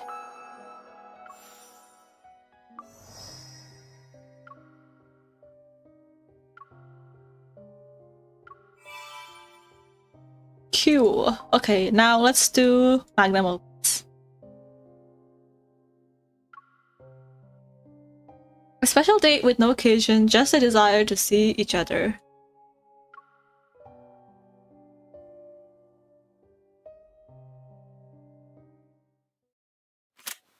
It's the weekend and I'm spending the afternoon sprawled on my couch while idly playing with my phone. These past few weeks have been packed with missions. I'd finished my last assignment and it was already done when I got home.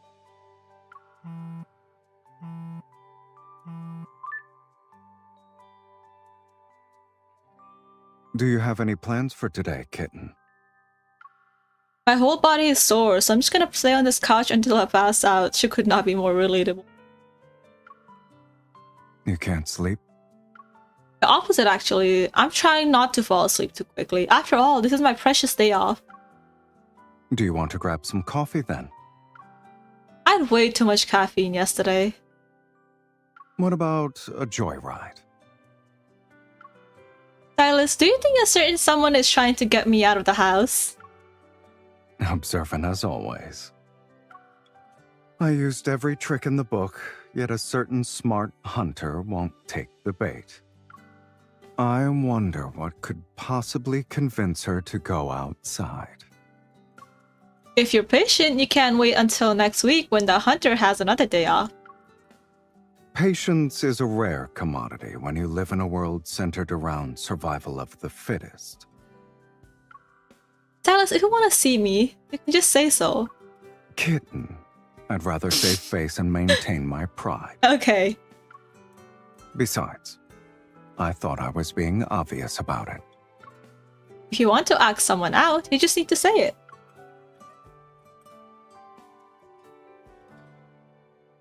I sent you the address. See you soon. Hey! Oh god. Truth is words, Sylus sends the address right after his short monologue. I look at the meeting spot in our chat, then I type, I want to see you too in the text box. I hesitate for a moment before deleting the message. It seems everyone has a safe face every now and then.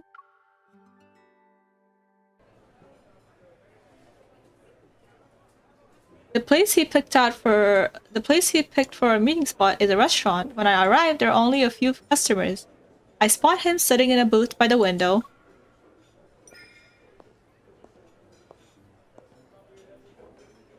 Before you ask, I know the owner. I promised to bring someone, and it wouldn't look good if I kept putting it off. Between lying and rushing to explain yourself, you're less composed when you do the latter. Sure, but that explanation was necessary.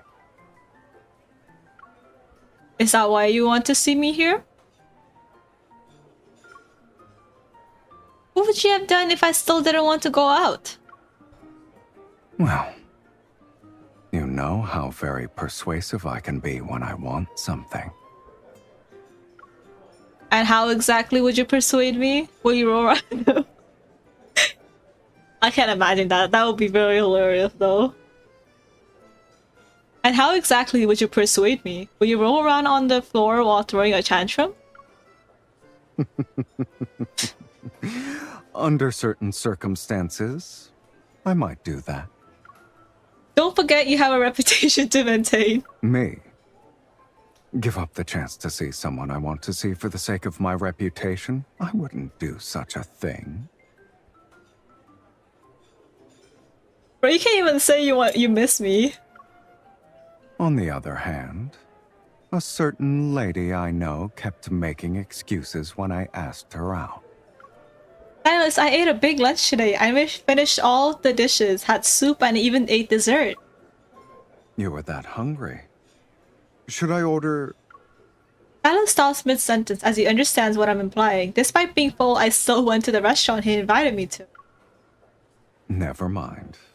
Why don't we go hiking in a few days? Oh, that sounds horrible. Why hiking?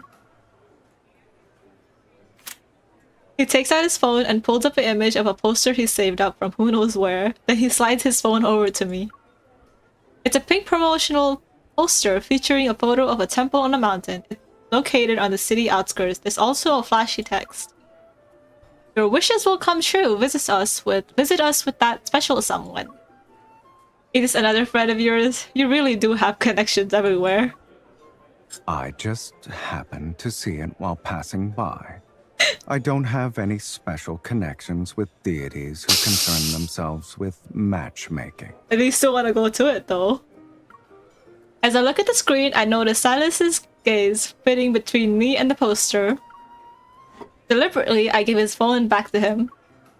Given your line of work, wouldn't it make more sense for you to pray to a deity's of war or something? Oh, but that would suit you too. I guess so.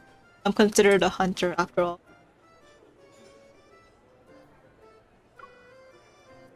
We could go together. You really want me to go with you, huh? But you need to be a little bit more sincere when you're asking someone out. He's so stumped.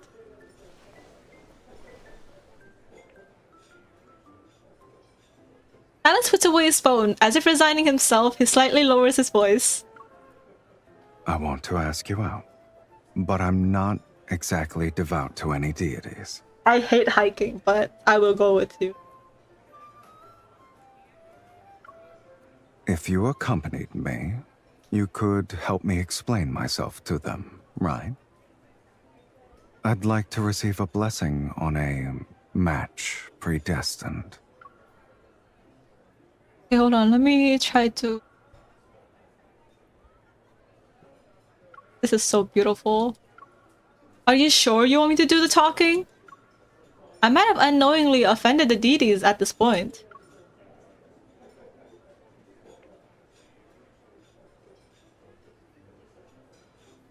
What do you mean?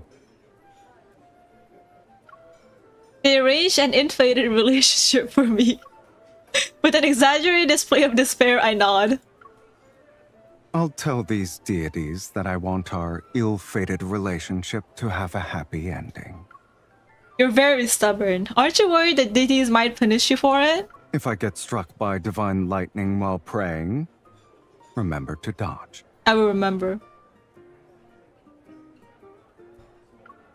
Don't even think about it.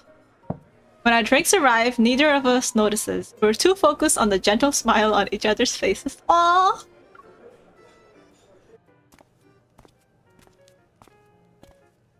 After leaving the restaurant, Sylus takes me to the mall to buy hiking gear. Are you sure we can do this? What if someone recognizes you? Don't worry.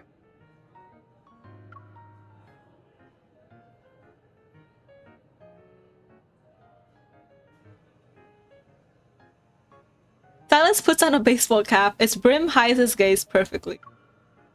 You can pretend to chase me, and we'll act out a cat and mouse game. Is this how we're gonna go on a date together? I take off my scarf and wrap it around his neck to conceal the lower half of his face. He looks even more suspicious now.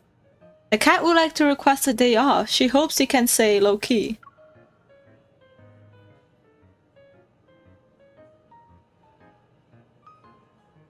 Fully equipped with his disguise, Sylus leads me through one of the shops. He picks out everything from trekking poles to binoculars. He also grabs sleeping bags and camping supplies. We might need a tent. Yeah, we'll have to buy it. Wait a minute, are we just going to the city outskirts? We can go there and come back in one day. But I haven't gone camping in ages, kitten. Spending the night on the mountain wouldn't be a bad idea. With mosquitoes around? Hell nah. We'll be hosting a charity event for the mosquitoes if we camp during this time of the year. Exactly my point. Noticing the expectant look on Sylus's face, I trail off as I change the subject. Come on, let's check out other shops. Come on, let's check out that shop over there.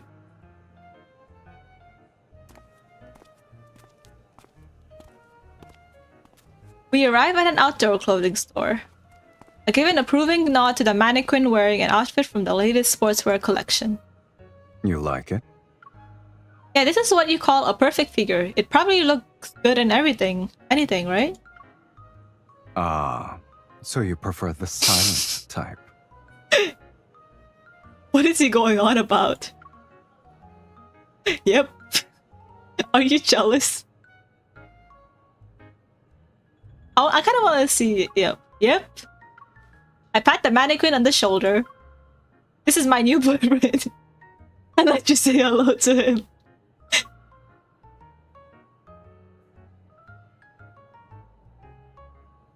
Sylus walked up to the mannequin and measured their heights against each other. Won't you consider getting a different boyfriend, kitten? My figure is clearly better than his, and in terms of height, I'm a head taller than... Actually, your boyfriend doesn't even have a head. Headless mannequin. Someone's sulking. You're not jealous because I complimented the mannequin, right? Yes. I'm green with envy. But it's fine. I just saw a girl who's exactly my type. Oh, are you gonna do this to me now? What did you say? Look, she's right behind you, kitten. I quickly turn around. I see a...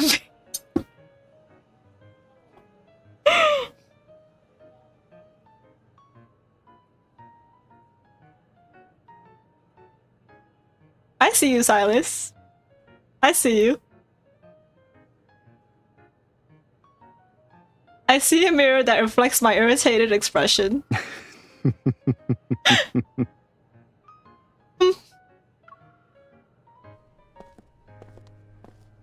Sylus's laughter resounds throughout the clothing store. I quickly walk away from him and go from the men's section to the women's. Walking at a leisurely pace, he follows me. His hands are in his pocket.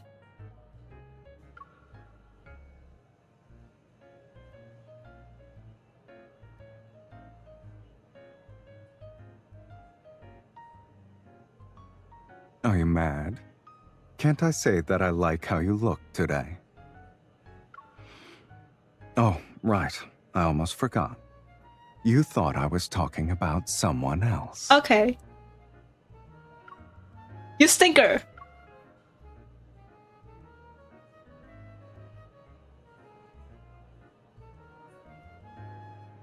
I ignore Sylus and pretend to be focused on picking out sportswear, but it stops me when I'm on my way to the fitting room. Do you like all of these? Is he gonna be like, let's buy all of them?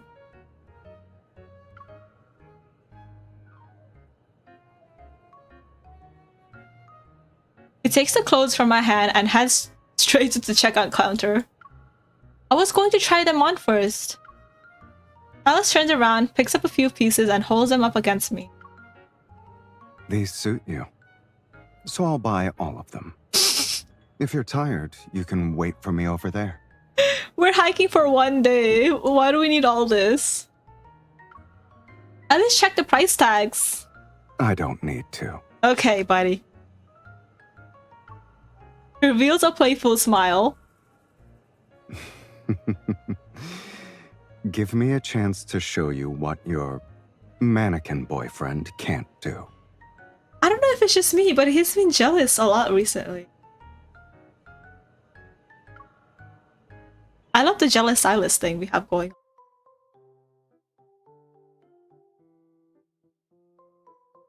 Thank you. Please come again. Sitting on a mall bench, I watch Sylus confidently walk towards me while carrying shopping bags. You're acting as if I just did something scandalous. If other people saw you with all these shopping bags, they'd be even more shocked than me. Then why don't you consider working for Anna Kindness, kitten? I win the Boss of the Year award in the N109 Zone's annual awards ceremony every time. Would anyone in the N109 zone dare to vote against you? Working with me comes with more than just a good salary. There are plenty of benefits, guaranteed paid vacation, stock dividends, you name it. Oh, that sounds wonderful. How can I apply then? Are there any certifications I need to get? You're actually taking this seriously, huh? Your shoelace is untied.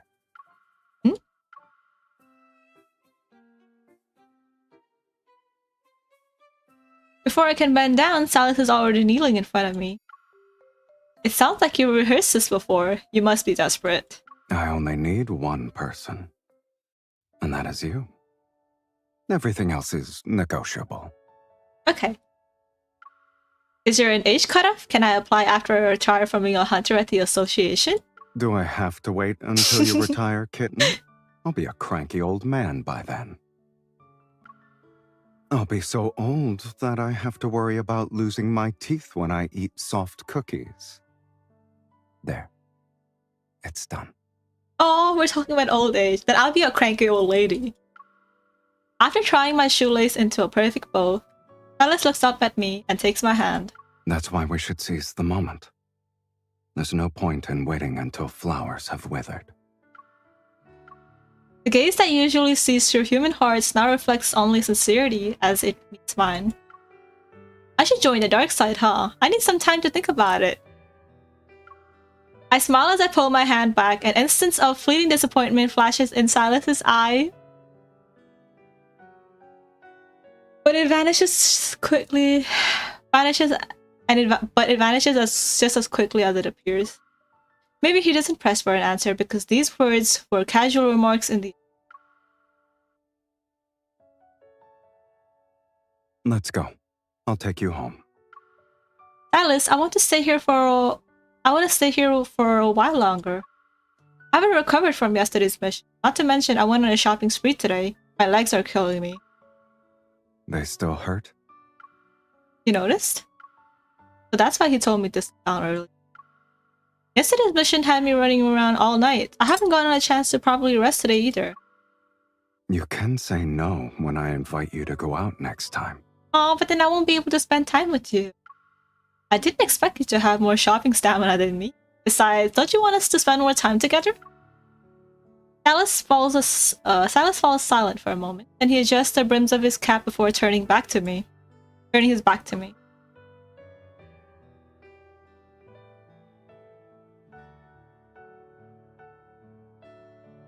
Come on. I'll carry you. Well, I still can, that is. Well, I still can. A gentle breeze blows through the spacious, bustling shopping street. From my vantage point, I can see boutiques lined up, one after another. I wrap my arm around Sylus's neck and lean into him. I feel at ease. His shoulders are broad and his strides are steady. I never noticed this before, but the view is better from up here.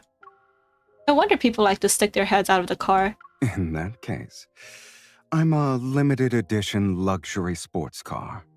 Only one of me exists in this world. Oh, I guess. I'm blessed, I guess. Your engine's pretty loud. Is that so? Maybe you need some in-car music. My current playlist has... I quickly cover his mouth with my hand. Little S, navigate home. We pass by a store that sells skincare products. My attention is immediately drawn to a flamboyant poster on the display window. Wait, stop. What is it? I saw something interesting. Back up. Okay, you need to back up some more. Over there. Alice turns around and returns to the poster. He's still carrying me on his back. They have a buy one get one free deal for facial masks today. Do you want to go inside? Only if that's okay with you. In the display window's reflection, I can see that affectionate, helpless... Oh my gosh. In the display window's reflection, I can see the affectionate helplessness in Sylus's expression. Then buckle up. Oh? Hold on tight. Welcome. What can I help you with today? Oh, please sit here. The sales assistant pulls up a stool and Sylus puts me down on it.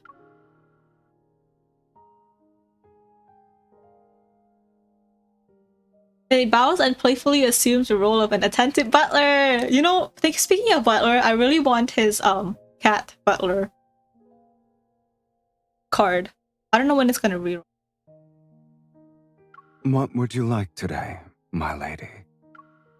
I'll take this one, that one, and the one over there, please, and thank you. Alice picks up the facial mask and skincare products I put. Then he walks past me when I try to pay. This is the second time you've done this. At least let me pay once. He glances at the phone in my outstretched hand. Save your money for the gas. Yeah.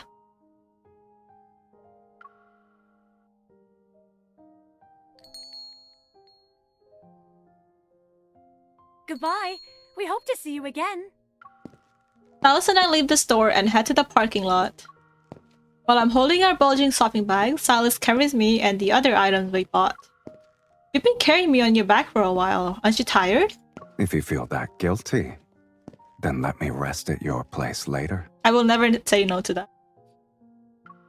Really? Sure, that works. You overstayed your welcome after the sunset last time as well. Ah, yes. Your sofa and hard floor are incredibly comfortable to sleep on. Come on, MC, you can do better than that. I'd definitely give up my custom-made luxury mattress for them. Are you coming over or not? Of course I am.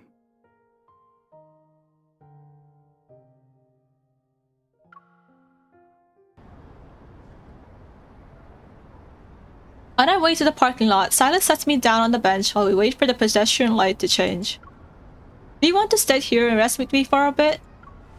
I pat the empty space besides me, and Sylus takes a seat. Sylus, I don't think we've ever done this much before. You know, just having a date for the sake of it. Is this a new kind of compliment? Tell me, what were you thinking when you first met me? Don't you remember what I said back then? Well, allow me to put it in simpler terms. At that time, I thought we were like flowers. We were meant to grow together in the same soil.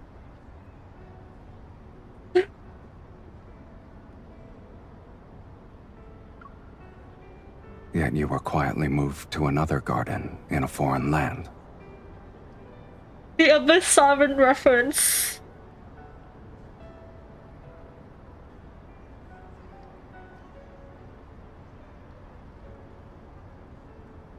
Still, you managed to bloom beautifully. Then we met again, and here we are. What a wondrous fate. It's a cruel twist of fate. The Traffic comes and goes like waves lapping against the shore.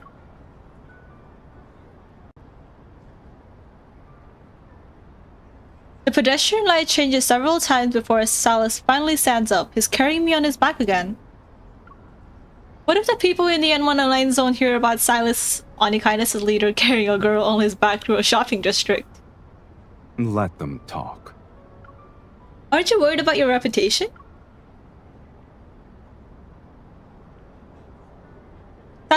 Sylus glances at me, and there's amusement in his gaze. It's like I said a funny joke.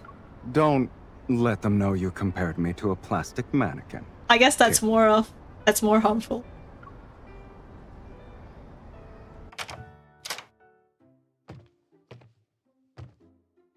Your place is still as bare as ever. If I had known you were coming, I would have rolled out the red carpet.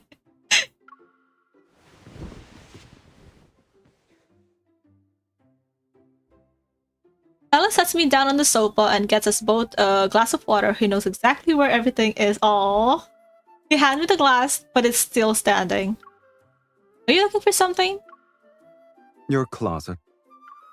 Why? It's not like you'll find anything that fits you. Don't worry. I just want to put the clothes I bought you in a more prominent place. That way, you'll think of me whenever you see them. You know, my neighbor's puppy snuck into my apartment when I opened the door the other day. It left paw prints all over the sofa and carpet. Even though I cleaned up the mess, I can still imagine that puppy as if it visited me only yesterday. Are you saying? I understand why you do something like this. Certain cute animals need to leave a mark in flashy ways to show how important they are. I meet his gaze with a look of defiance rather than openly show our feelings for each other.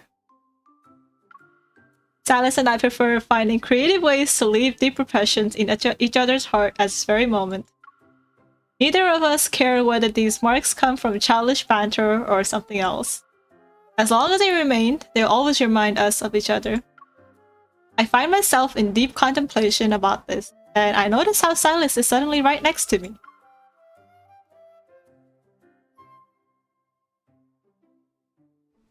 He cuffs my cheek and studies me. When I try to move away, he catches my chin and pulls me back to him. What do you think you're doing? I believe someone just compared me to a puppy. You call me kitten all the time. I can't do that to you. You also look like me when I was stacking those piled up blocks at your place. Tell me, is the way I mark my territory effective? Very. Alice, you're copying me. Alice chuckles and leaves, his forehead almost touching mine. How will you respond? Compared to your declaration, mine just isn't as deep and straightforward. I point to a shopping bag on the table. It has the facial masks I bought today. Since you carried me home and bought all this stuff for me, I should repay your kindness. You care about saving face, right? Maybe it's time to take care of it. Literally. Oh. So people do return the favor. I guess those inspirational posts aren't a bunch of lies. Hey, don't you start. Alice stands up, he grabs the facial mask and pulls me into the bath before I realize it.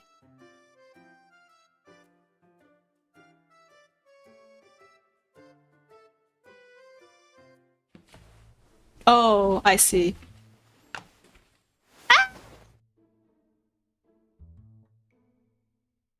Ah! You're making yourself at home in my bathroom. Isn't this the most suitable place to take care of my skin? Where should I start?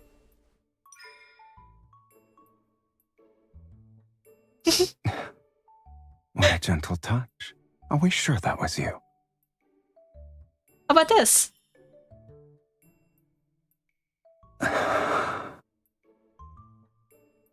You need to strike this spot if you want to take me out silently.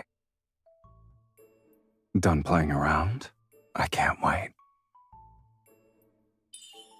Close your eyes and hold still. Can you do that for me?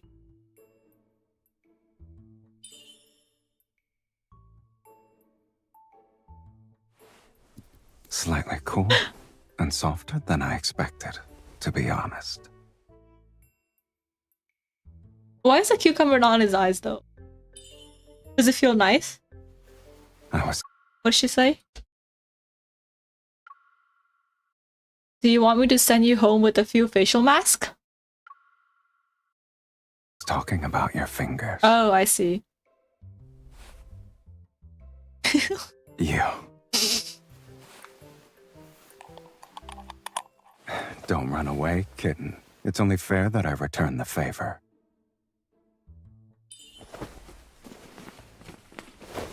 That is a big classroom, though. Leaving already? Won't you check your work? Evaluate results.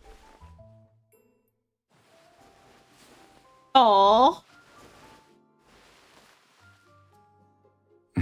Well,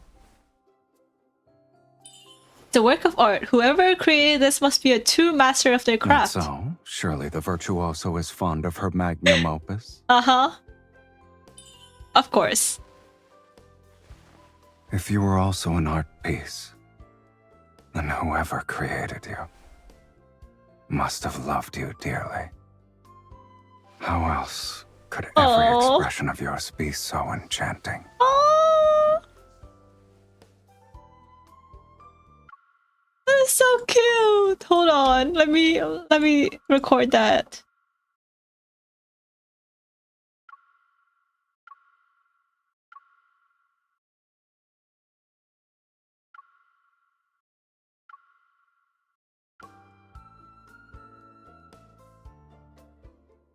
That was so cute. The evening light dims. It's time for Sylus to leave. Remember when we were going hiking, right? You better not stand me up. Don't tell me you forgot about the excuses you made when I asked you out. Now you're worried I'll forget? I wouldn't call myself a saint, but I'm not horrible enough to stand someone up. Hmm.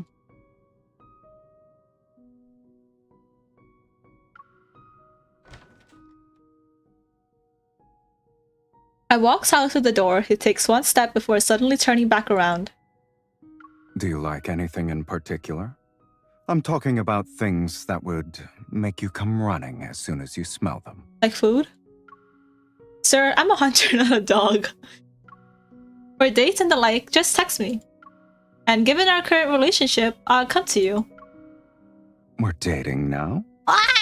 Should I bring roses next time?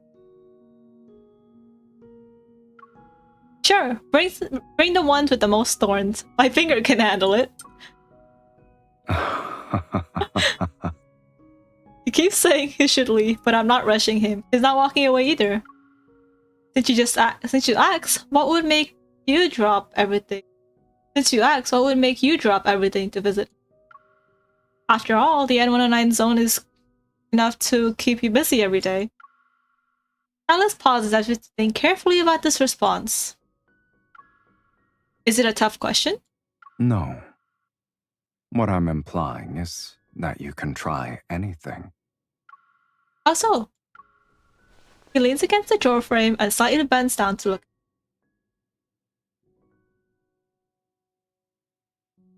You could say you want to watch the snow fall in the mountains on the equator with me.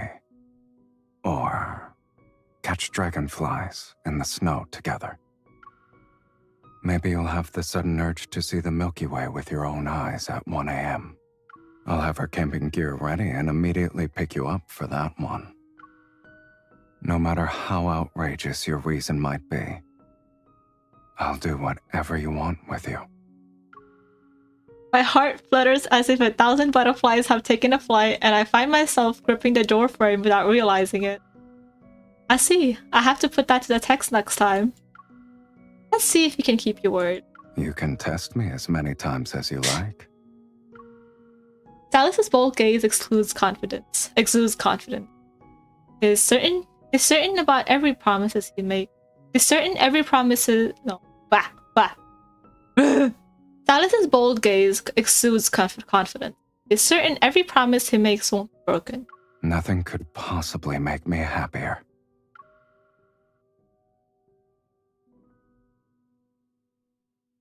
This is the first time our MC said something about Sylus making her heart flutter.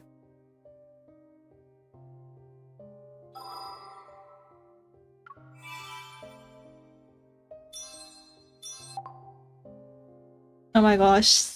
I personally, okay, I'm not sure how the birthday card is gonna compare, but it's for a free 5-star and a 4-star.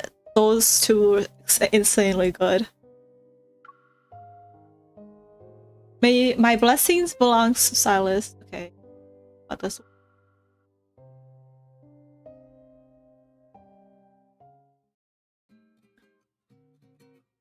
April 18 on Kindness's base. He looks so fine. At 7 o'clock, the old table clock releases a tiny mechanical bird from it. Welcome the hour with a merry chirp. Mephisto lifted his head from under his wing. Confused, he watched Sylus approach the mirror again.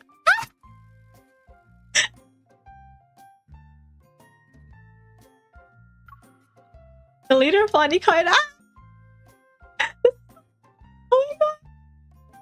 The leader of Kindness adjusts his clothes before raising his wrist to check the time once more. He's so excited!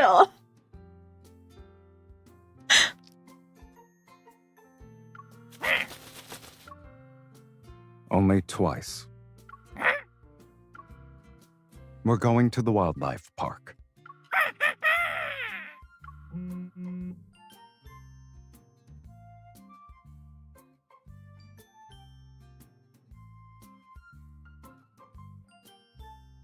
Oh, she's here? Oh, I think this is the event thing where we texted the same exact thing to him. It's interesting, okay.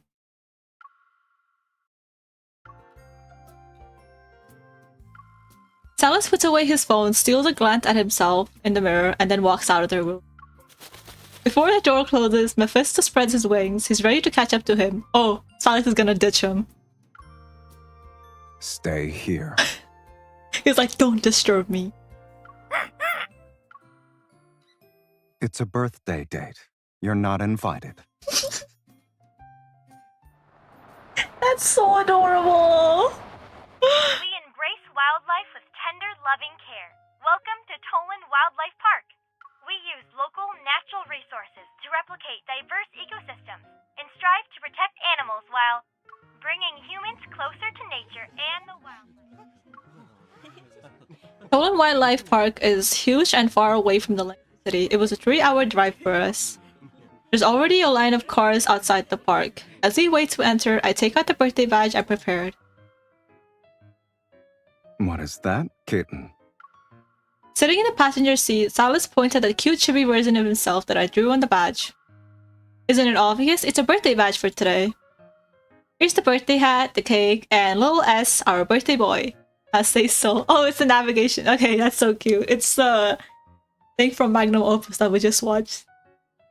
They called him little S too. There too as well. Now stay so. I pinned the badge on Sylus' chest, the happy birthday circle around the chibi Sylus. As for the expression, I glance at him before pulling out a marker from my pocket. I draw a big smile on the cute chibi Sylus' face. There you go. May your smile always shine bright. Little S. The twins always say someone's in trouble when I smile like this. I wag my finger at him and reveal a smile as wide as the one on the chibi Sylus' face. No one's in any trouble today because it's a special day. Good morning. Can you please show me your tickets? All right, you can head it now. Here's your park navigational device. The staff member hands me a tablet roughly the size of a phone. Oh, it's your birthday today, sir. Happy birthday. Have a wonderful day.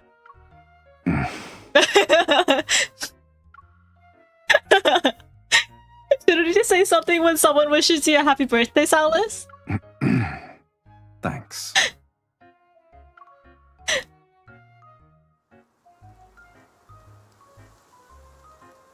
Shortly after entering the park, the scenery unfolds before us. Unfamiliar wildflowers speckle the lush meadow. The expanse of green that stretches as far as the eyes can see soothes my mind. A herd of duikers is grazing leisurely, and their tails occasionally twitch. What's a duiker?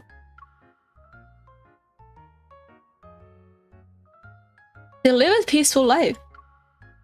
So, a hunter just lets their guard down in a place like this. No chance. We've got at least 2 or 3 hungry animals in the bushes before us and in the shrubs there.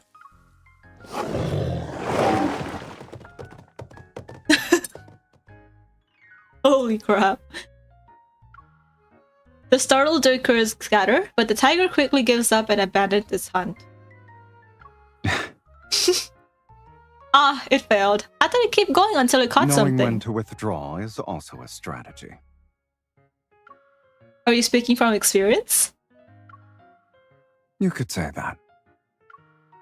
And here I thought Anikindness's leader never missed his mark. Success requires preparation and patience. Very true. Once you make your move, you must leave nothing to chance. After its failed attempt, the tiger ambles towards our car and gives us a lethargic look. The surprise attack from earlier appears to have drained its strength. Now I finally get a clear view of the tiger. Its coat is sleek and healthy, while its movements are graceful and agile. The tiger must still be young. It doesn't look old. Maybe it's a teenager. Why are you giving me that look? I'm imagining you as a young tiger. I make a quick gesture. I wonder if we had that same aura. Your ability to make connections is impressive, kitten. Never mind, I'll stop by Anikindness's base one day, and I look through your old photo albums. Remember to bring yours for the exchange. Dear visitors, you have been in this area for an extended period of time. Please maintain a safe distance from the wild animals. Back, we need to prioritize our safety.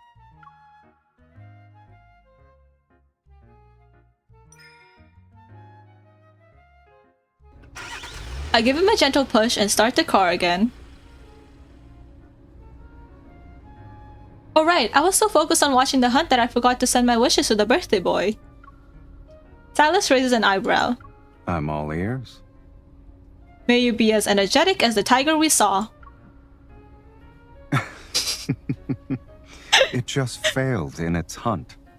It's okay, after the tiger recharges, its next move will be amazing. You're good at thinking on your feet. I'm flattered, but are you questioning my sincerity? Not at all. Your sincerity is as overwhelming as that staff member's enthusiasm at the park's entrance. Thank you. I have a feeling I'll be getting a few more well wishes like that today. For the birthday boy. I'd consider it if you really want that. You're more excited about my birthday than I am, kitten.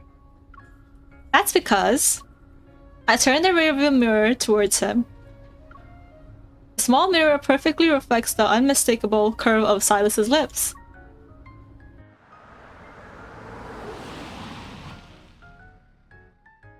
As the sun climbs higher in the sky, I park the car under a tree that provides a lot of shade.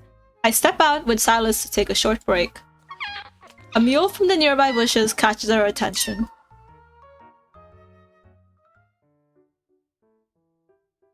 What was that? Over there. 2 fluffy cubs tumble out of the bushes, playing with each other. They appear to be only 1 to 2 months old and still have mottled coats. They're noticeably undernourished. 2 lion cubs. Noticing the sudden appearance of me and Sylus, they stop playing. They stare at us with their big round eyes. Sylus, oh, how cute! Who's cute? I laugh knowing he's teasing me about what I just said. That word doesn't suit your current image, right? It never suits me. I'll say that anyways. Well aware of the viewing rules in this area, we maintain our distance instead of approaching them. They're very young. I heard that a pride never leaves its cub alone when hunting in a group. Maybe they ran into some danger and couldn't make it back. Can't you think of other possibilities? Oh, and there's that Some wild animals abandon their children if they're too weak to survive. That sounds more likely. How are you getting more heartless with each suggestion? It's just survival instinct. Someone's getting sentimental, huh? If they're strong and resilient enough, they can grow up on their own. Besides, surviving in hard conditions might make them a leader of their pride. Only to become even more heartless. Hey, stop that! There's always the best case scenario, kitten. Look. He points, and the two lion cubs vigilantly spring to their feet. In the distance, several adult lions come into view. Watching the cubs joyfully run towards the pride, I pat Sylus's arm. Their parents are back! Do you feel relieved now? Let's go. Sylus turns and opens the car window. We return to our seats, yet neither of us is in a rush to leave. In the distance, the two lion cubs eagerly eat the food their parents brought back. Do you think these tigers and lions forget those final days being cubs? It won't be long until they become big cats who strike fear into other animals. Isn't that for the best? They won't have to worry about their parents never coming back, or going hungry because they returned empty-handed. They'll be strong enough to protect themselves. They don't have to fear being abandoned by their pride for being too weak. Hearing Sylus's word, I glance at him in the rearview mirror. I feel like he's insinuating. I've seen many cases like this. Understandable. As a leader of Oni kindness, your eyes must have seen a lot. Sylus turns away from the pride of lions, rolls down the window, and rests his chin on his hand to look at me. Of course, every Saturday at 10 p.m., the link on Science Channel has Earth Animals. It's entertaining. I recommend watching it sometime, kitten. Sylus!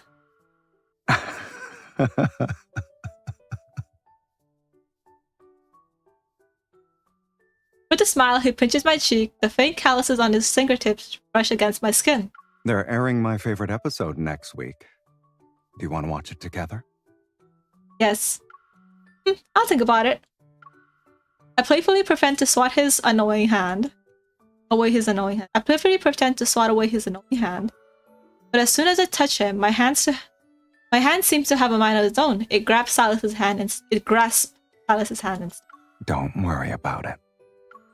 I nuzzle his warm, dry palm. Okay. I was worried. All right, then. Now that we saw the lions, have you thought of a fitting birthday well-wish yet?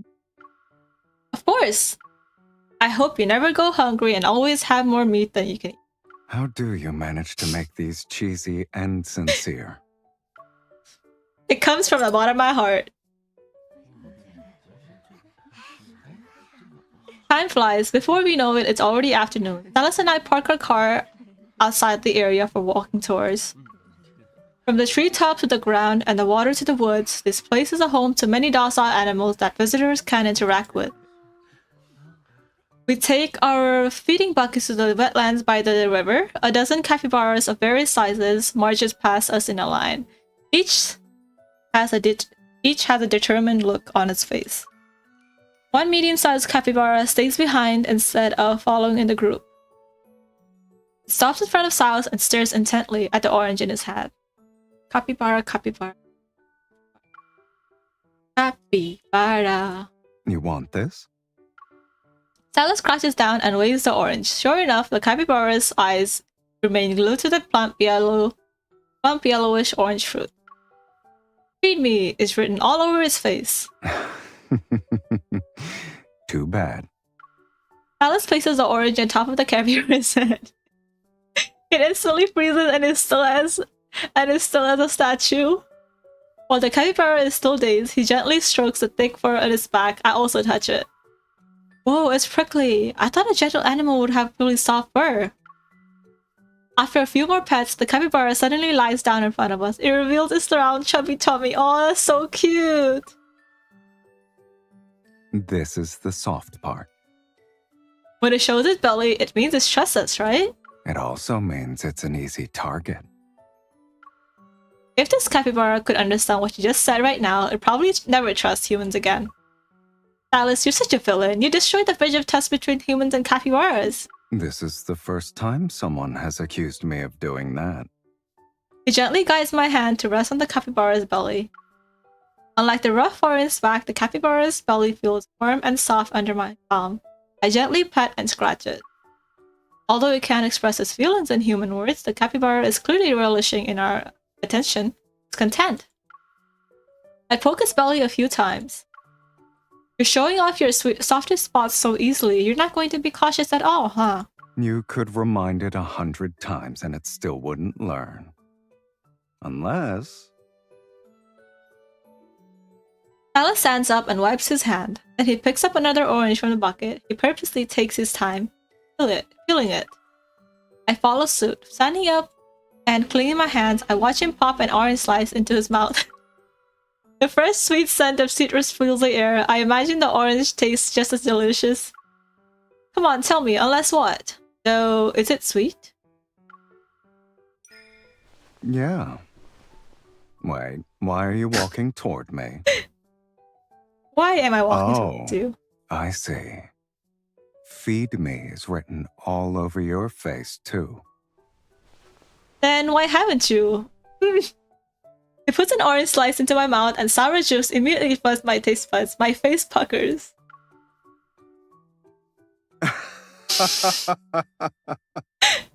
It's so sour. Sylus, you lied to me. This is how you destroy a bridge of trust. Satisfied with the successful prank, he smiles. I take the orange and deliberately eat another slice in front of him. Do you want to try it? This one is really sweet. Sylus's expression shows utter disbelief. I expect him to refuse too, but to my surprise, he nods. I stuff the orange slice into his mouth. See? The bridge had been rebuilt. He swallows the fruit. I fed him. I chose to walk into that one.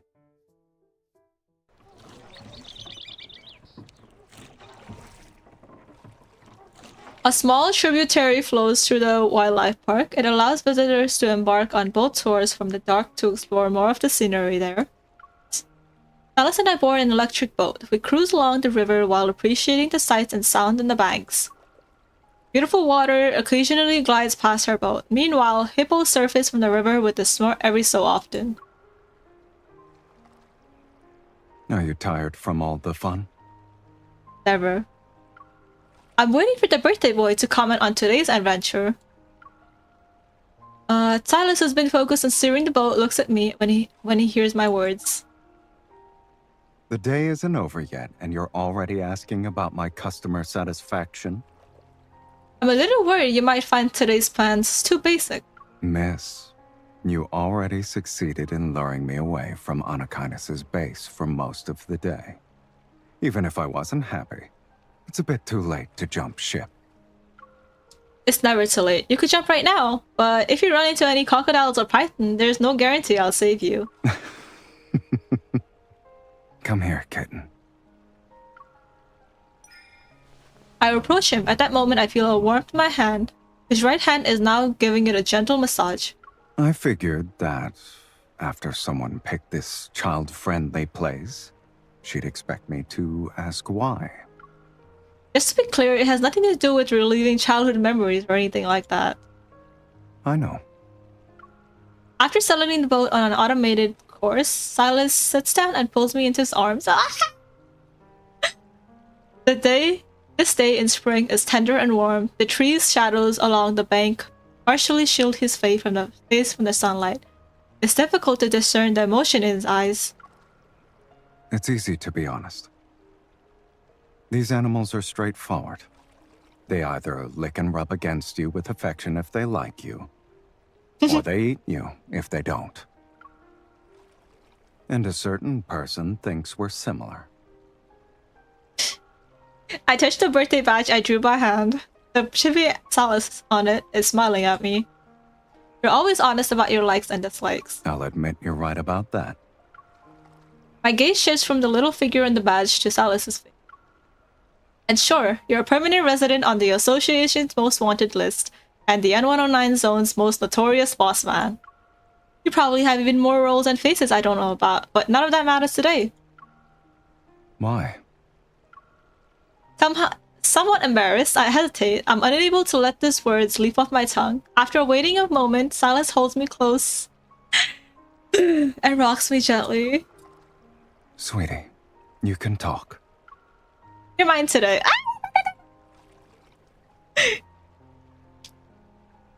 You're mine today. It's because the Sylus celebrating his birthday today is my Sylus. I never expected her to say that, to be honest. I'm so glad she did. His hand tightens around my waist. I lean into him and rest my head on his shoulder. The sunlight filtering through the leaves softens his usually sharp features, and I can't help but poke his cheek. I brought you here hoping you'd feel comfortable in a place that's similar. But if you don't like any of this, I'll... You'll what? I sit up and mischievously wink at him. I'll just try harder the next go around. This won't be the only time you let me celebrate your birthday, right? You really do have everything planned out. He catches my hand, his eyes narrow, and the hint of smile plays at his lips. But I like your interpretation. Really? Is there anything else? Oh, is there anything else you'd like to share? I want to ask about his feelings, but I hear a rustling sound from the dense canopy of...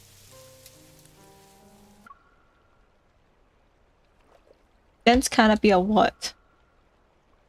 Dense canopy of flowers and branches. A shower of flower petals and leaf cascades down.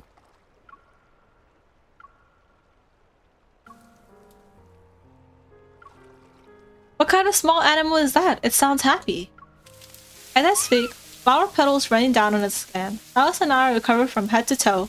Maybe a lucky little guy is celebrating his birthday up there, so his friends are joining in on the fun. I playfully wrinkle my nose at Sylus. Is that little one over there just like me? He's just like you. Sylus's finger leisurely traces my cheek, then he tilts my chin up. Close your eyes. What are you doing? I want to thank the person who's celebrating my birthday with me. In the way animals do. That familiar breath gradually intertwines with mine. His tender kiss lingers. It lets warmth flow through my chest like a stream. It's as light as a shower of the flower petals that fell on us earlier, yet it's enough to make my heart skip a beat.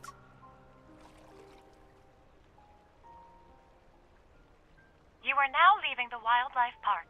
Please return your navigational device to our staff. Thank you. Throughout the day, everyone who's noticed Sylus's birthday badge offered him their heartfelt birthday wishes.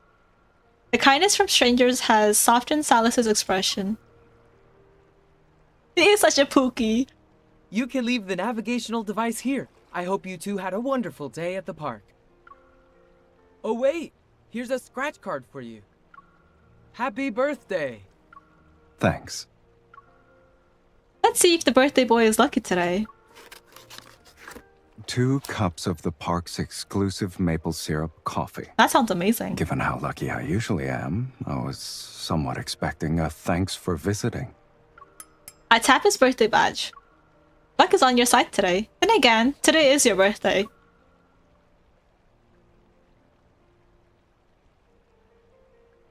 Outside the wildlife park, a forest of maple trees unfurls to create a beautiful, vividly green sea.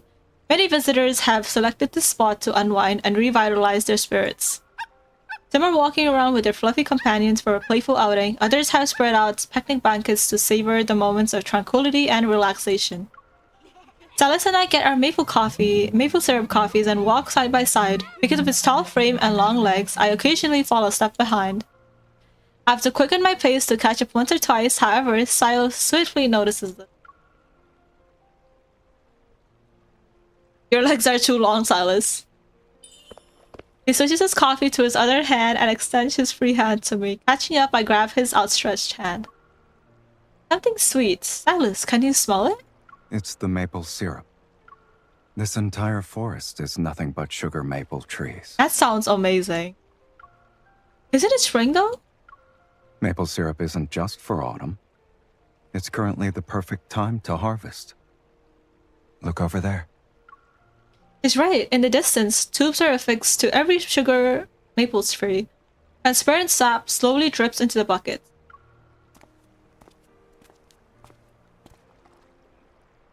We stop under a sugar maple tree. I swirl my nearly empty coffee cup. So this is where they get the maple syrup for the special coffee. I wonder if you can directly taste the sap from the tree. I look at the tree, then I look at the man next to me. Standing in it with his arms crossed, he's observing me. Judging by your expression, you want me to help you with something? How'd you guess? So, what's your answer? A lick wouldn't hurt. I pat Sylus's arm. I think the thing is coming. Come on. Then you should hurry and lift me. I've never seen a hunter this curious about food before. Well, now you've seen it. Even though he's teasing me, he lifts me. I stretch out my arm. My fingertips are about to touch the sap on the trunk. Out of the corner of my eyes, a white ball of fur is heading straight towards us. Straight towards us. Okay. Watch out. Oh shit.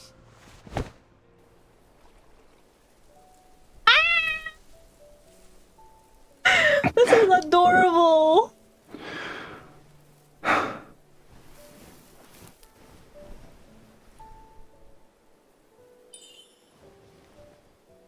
The dog just now.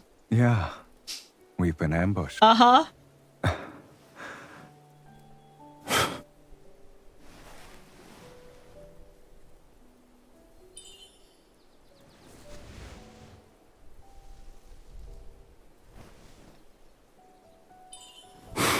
Sylus! Must be the wind. Oh, is it?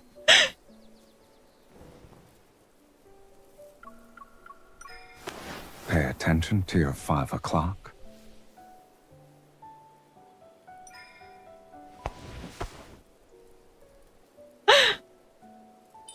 You're cheating!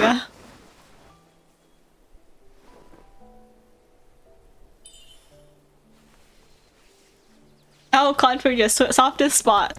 I have no choice but to surrender, I suppose. However, have you heard the old saying? The best hunter often appears as prey. I'm the real hunter here. What do you think you're doing? You're going? Oh.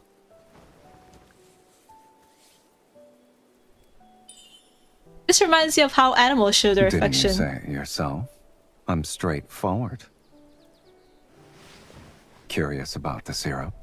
Why not taste it?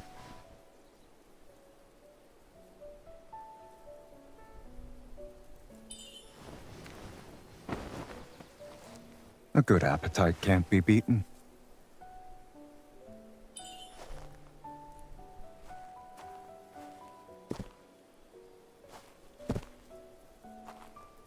Don't need help?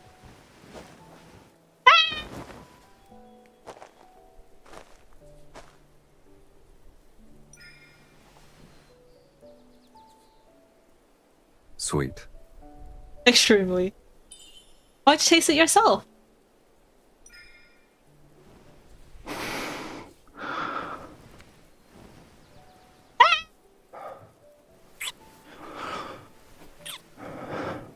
That was so sweet.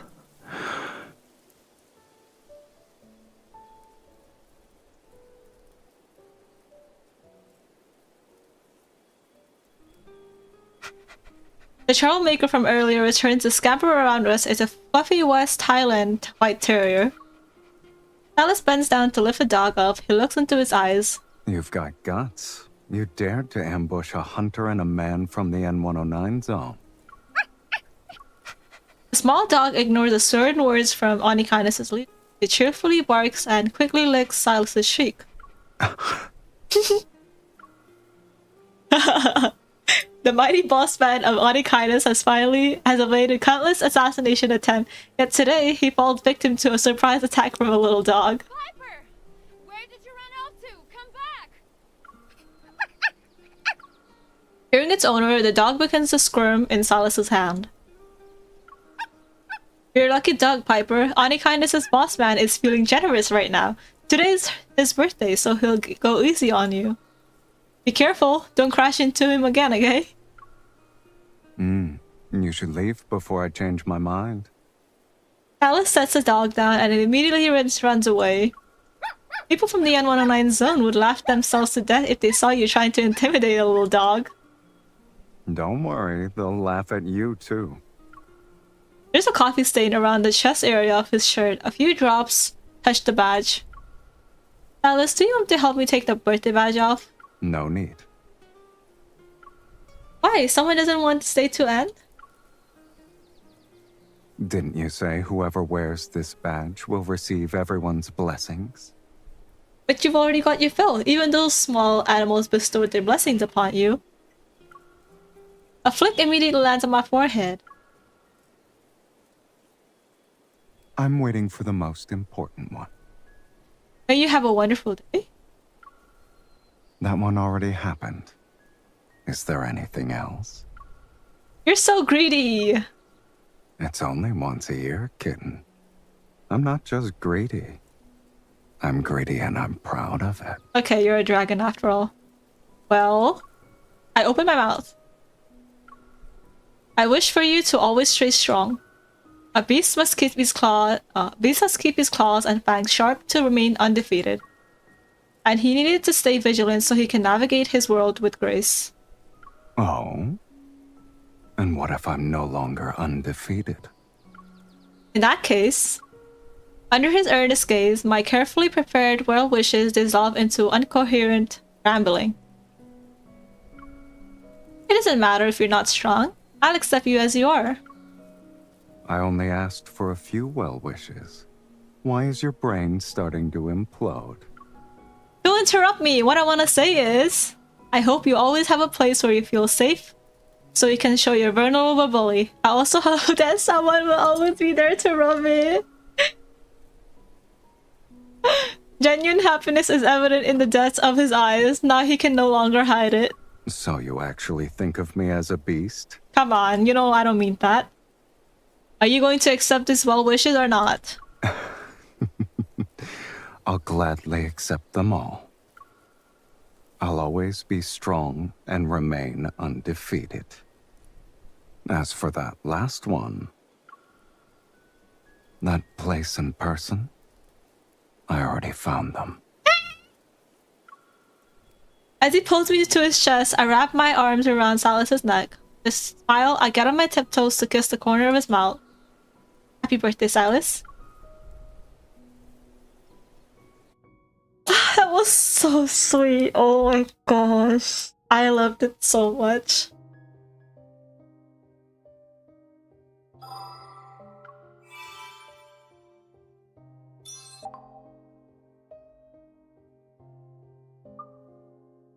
I wish we had more Bond stories. This one is the one I don't have.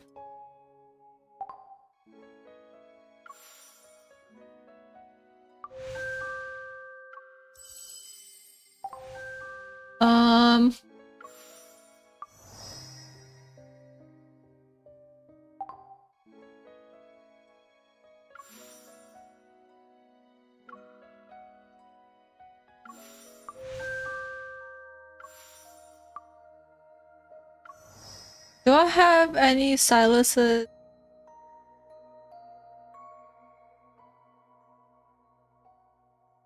I don't have.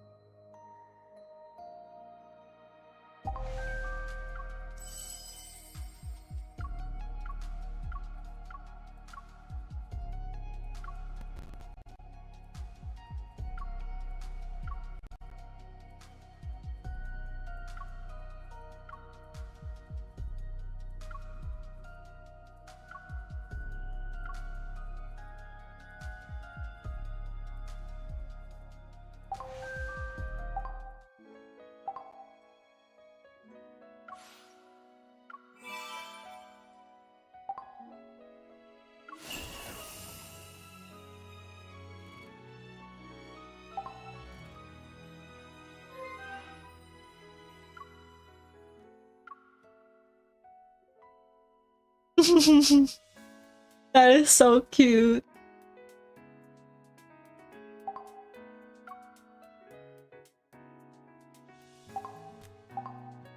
I think that's it. I also need to do...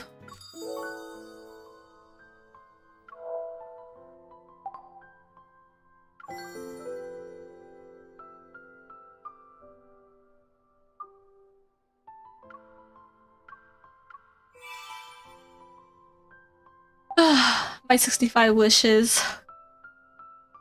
All my 117 wishes gone just like that.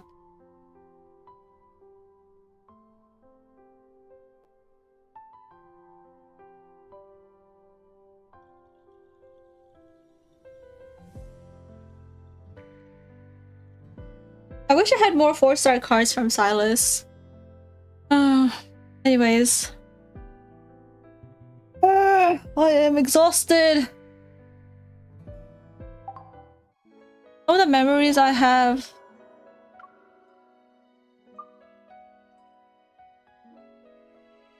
Caleb.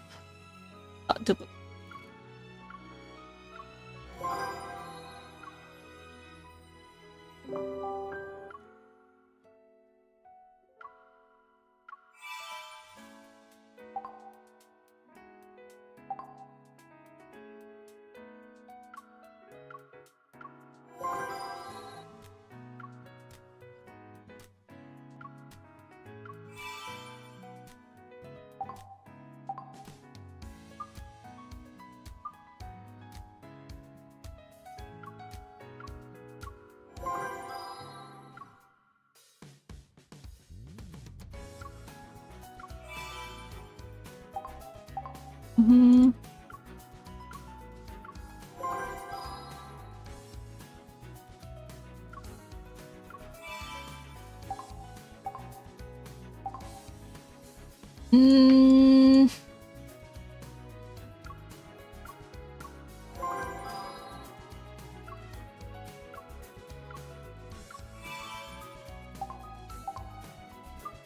Saviors. I have a lot of the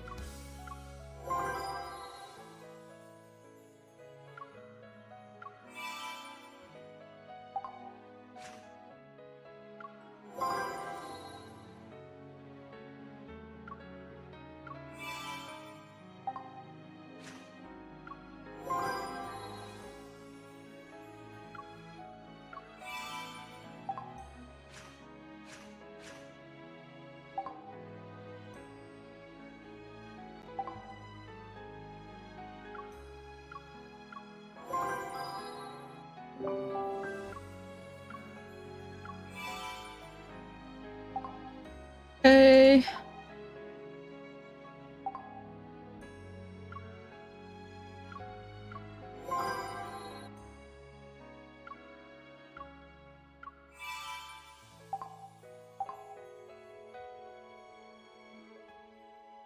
Or is it Raphael? Raphael is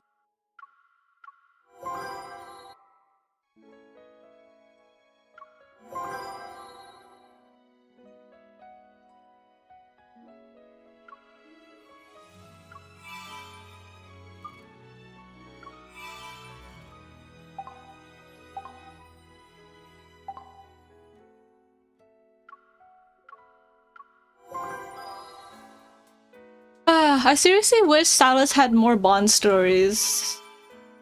Raphael has 2. Why does only Sylus only have 1?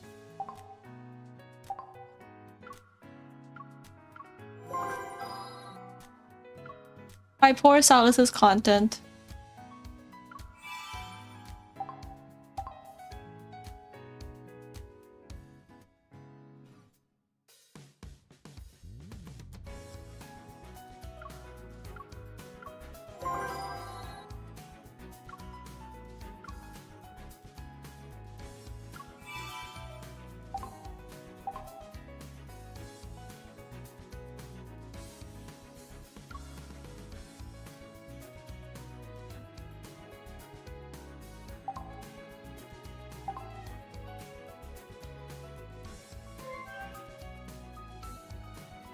I guess I can do this later. Okay, it's how many hours have I been streaming? Almost 3 hours now. I